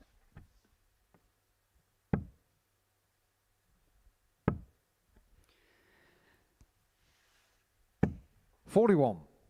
As you say, when Danny Van Tripe came off the stage against his brother, really didn't look happy, and it's not about being beaten. It's about the level of performance. 100. It's about the way that you're able to play when you're up there. And the dart players are ultimately a human beings. I've always said the same thing. They go sometimes, they don't go other times. 121. And sometimes, you know, as a player, you just don't know. There's no rhyme or reason to why it just doesn't click at any given time. 136. I suppose it's about going more often than not, and that's the difficulty, isn't it? It's the C word that everyone's looking for, consistency. The C word is Cole. Getting on the second leg, he's 2-0 up. on Danny Van So Tripe. like Danny to through first. Game on.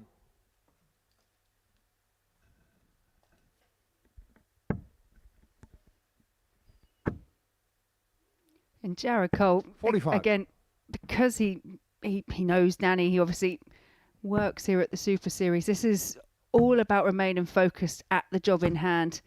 When your opponent is not performing as well as they can, and you can see that they're clearly not happy, you just have to remain composed, focused, business-like. 140.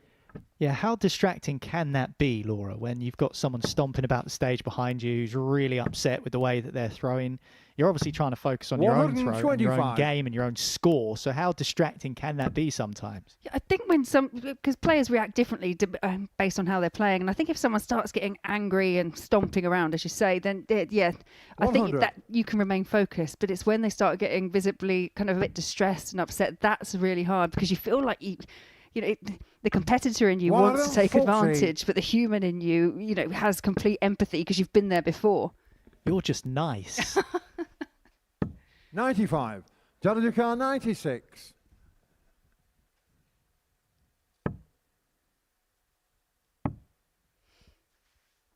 $56. Danny Ducar, 121.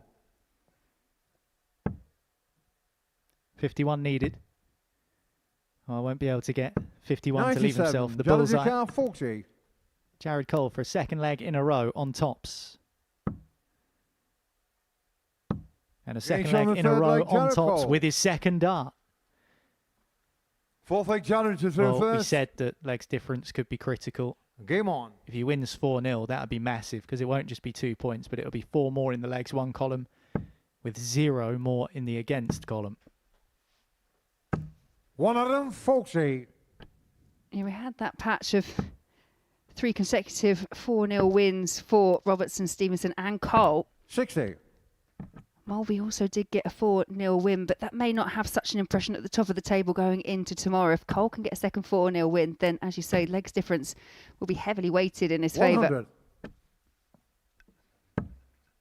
Well, these two have been playing against each other for years.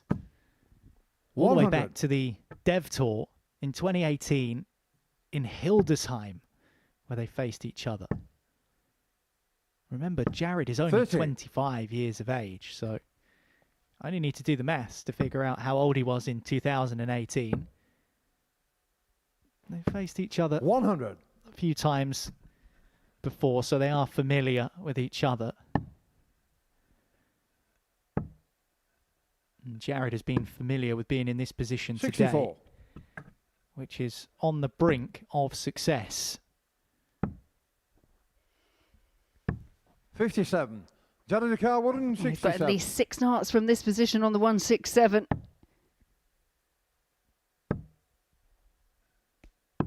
But he only Game shot needed on 3 the of them, match, Cole. and Jared Cole has wrapped up his day's work in style with a 167. Go on, Jared, he knows where the cameras are in this place. Cheers to that, he says. Cheers to a 4-0 win, which does him some real good in the Group C standings, and his best average and best checkout success of the day, 103.66, 4 out of 7. He wins 4-0.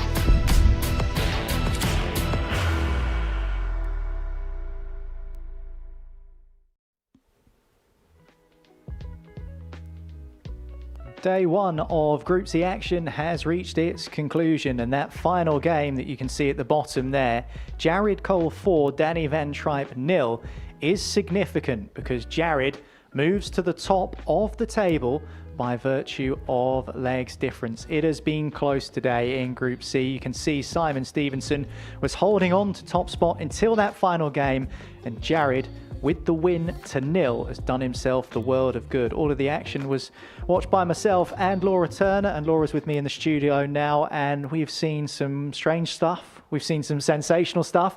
How would you assess how Group C has gone so far?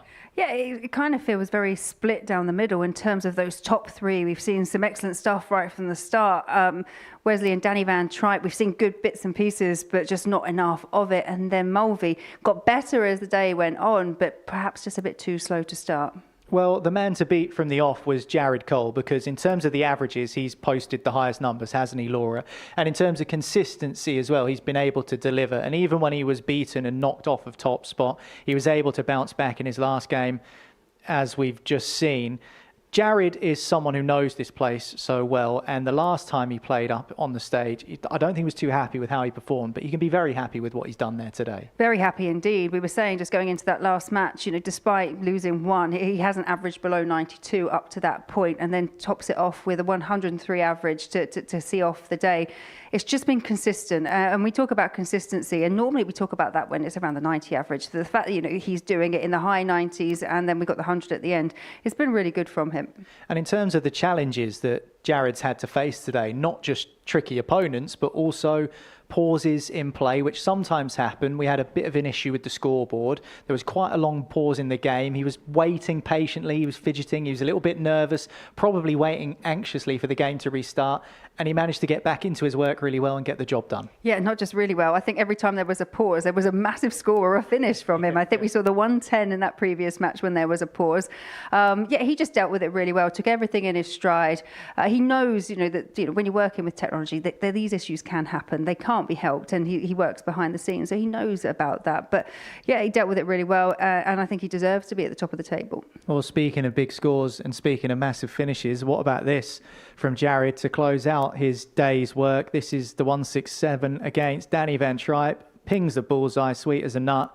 And that is what takes him back top of the table. And it's moments like that which he's been able to produce on a regular basis on that stage. Just little moments of magic. Yeah, I said it right at the beginning. He just likes to make a highlights reel, and he just finds these moments of brilliance. That means that he's assured that 167 will be clipped up. We're going to be seeing that over and over again. But he's hit the 9s here. We mentioned the 160 previously, where he's gone treble 20 ball.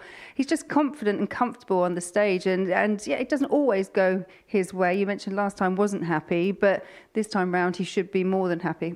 Well, Jared is currently top, but not by much, just by a squeak, in fact, because Simon Stevenson, who's never played here at the Live Lounge in Portsmouth before, has played really well today. He actually lost his first match in a last leg decider, but after that, he really showed his quality, and probably why he was the bookies' favourite ahead of the day's play.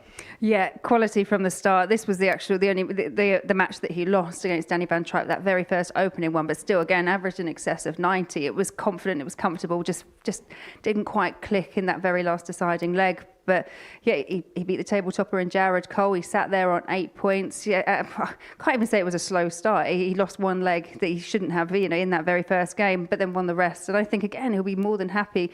And you can see from his reactions, actually, he was giving it fist bumps. He was giving it a little yell here and there that he's really up for this.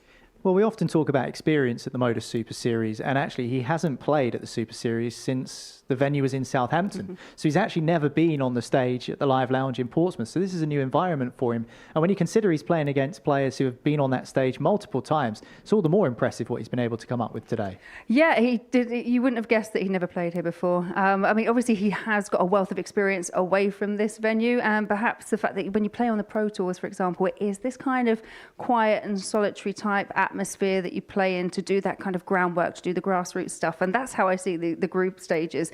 And then you get through to Saturday, which is the ultimate goal, and then the crowd comes in. Well, in the running, slightly further behind the other two is Scott Robertson, and he produced some really good stuff as well. This 160, perhaps the pick of the bunch. And we said, you mentioned it there, that maybe it's three of the lads that are kind of pulling away from the rest of the pack. And he's in and amongst that at the moment and will be hoping to stay there.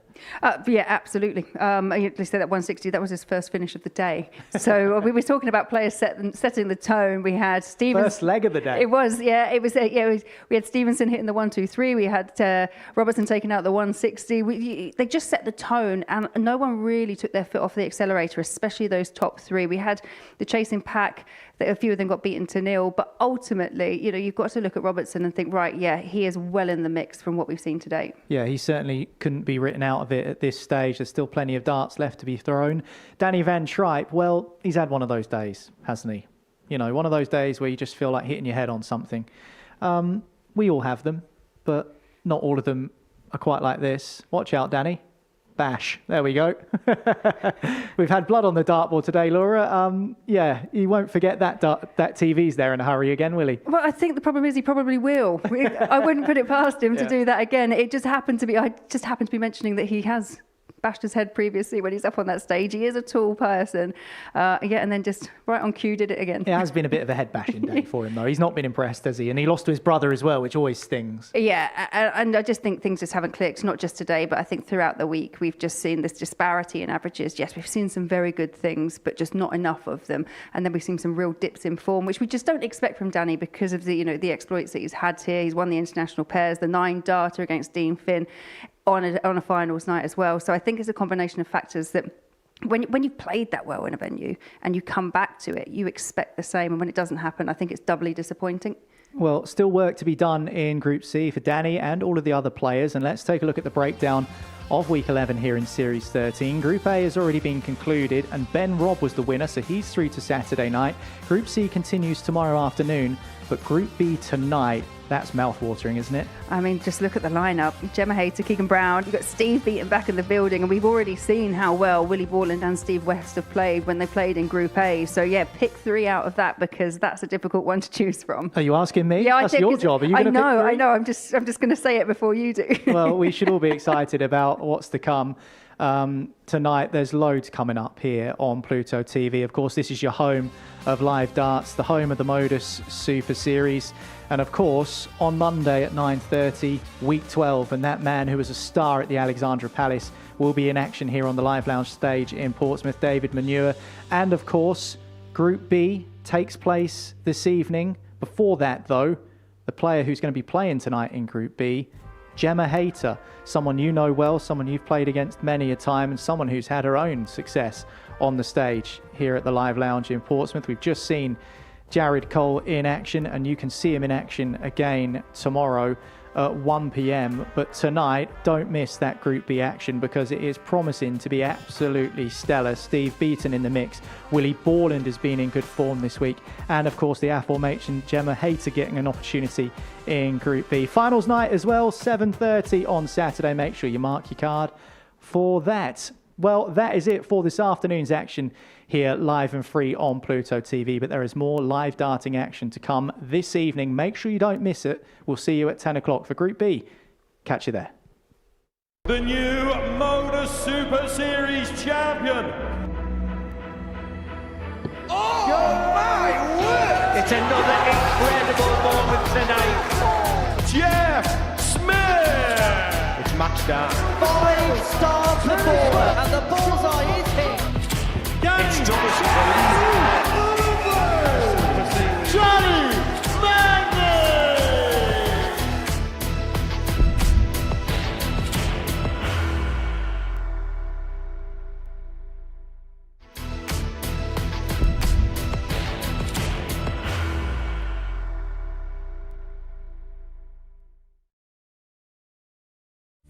You will be disappointed with that. He wanted to have Graham one dart. requires 20.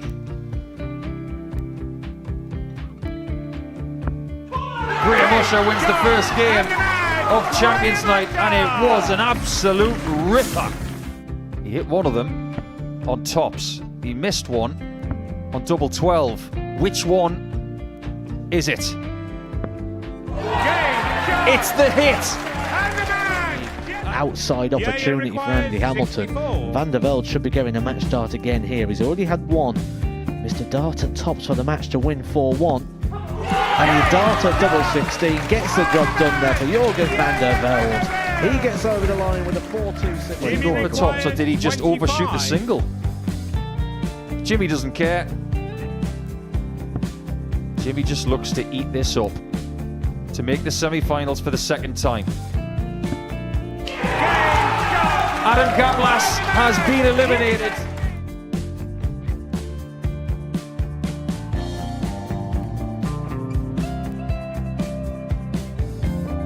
Keep us guessing. This time he's trying to leave double 18. He knows best, and he takes the lead. He is 2 darts away Jeff requires 86. from a Super Series final. He's 1 dart away. He doesn't need any more darts. Jeff Smith makes the Series 11 final.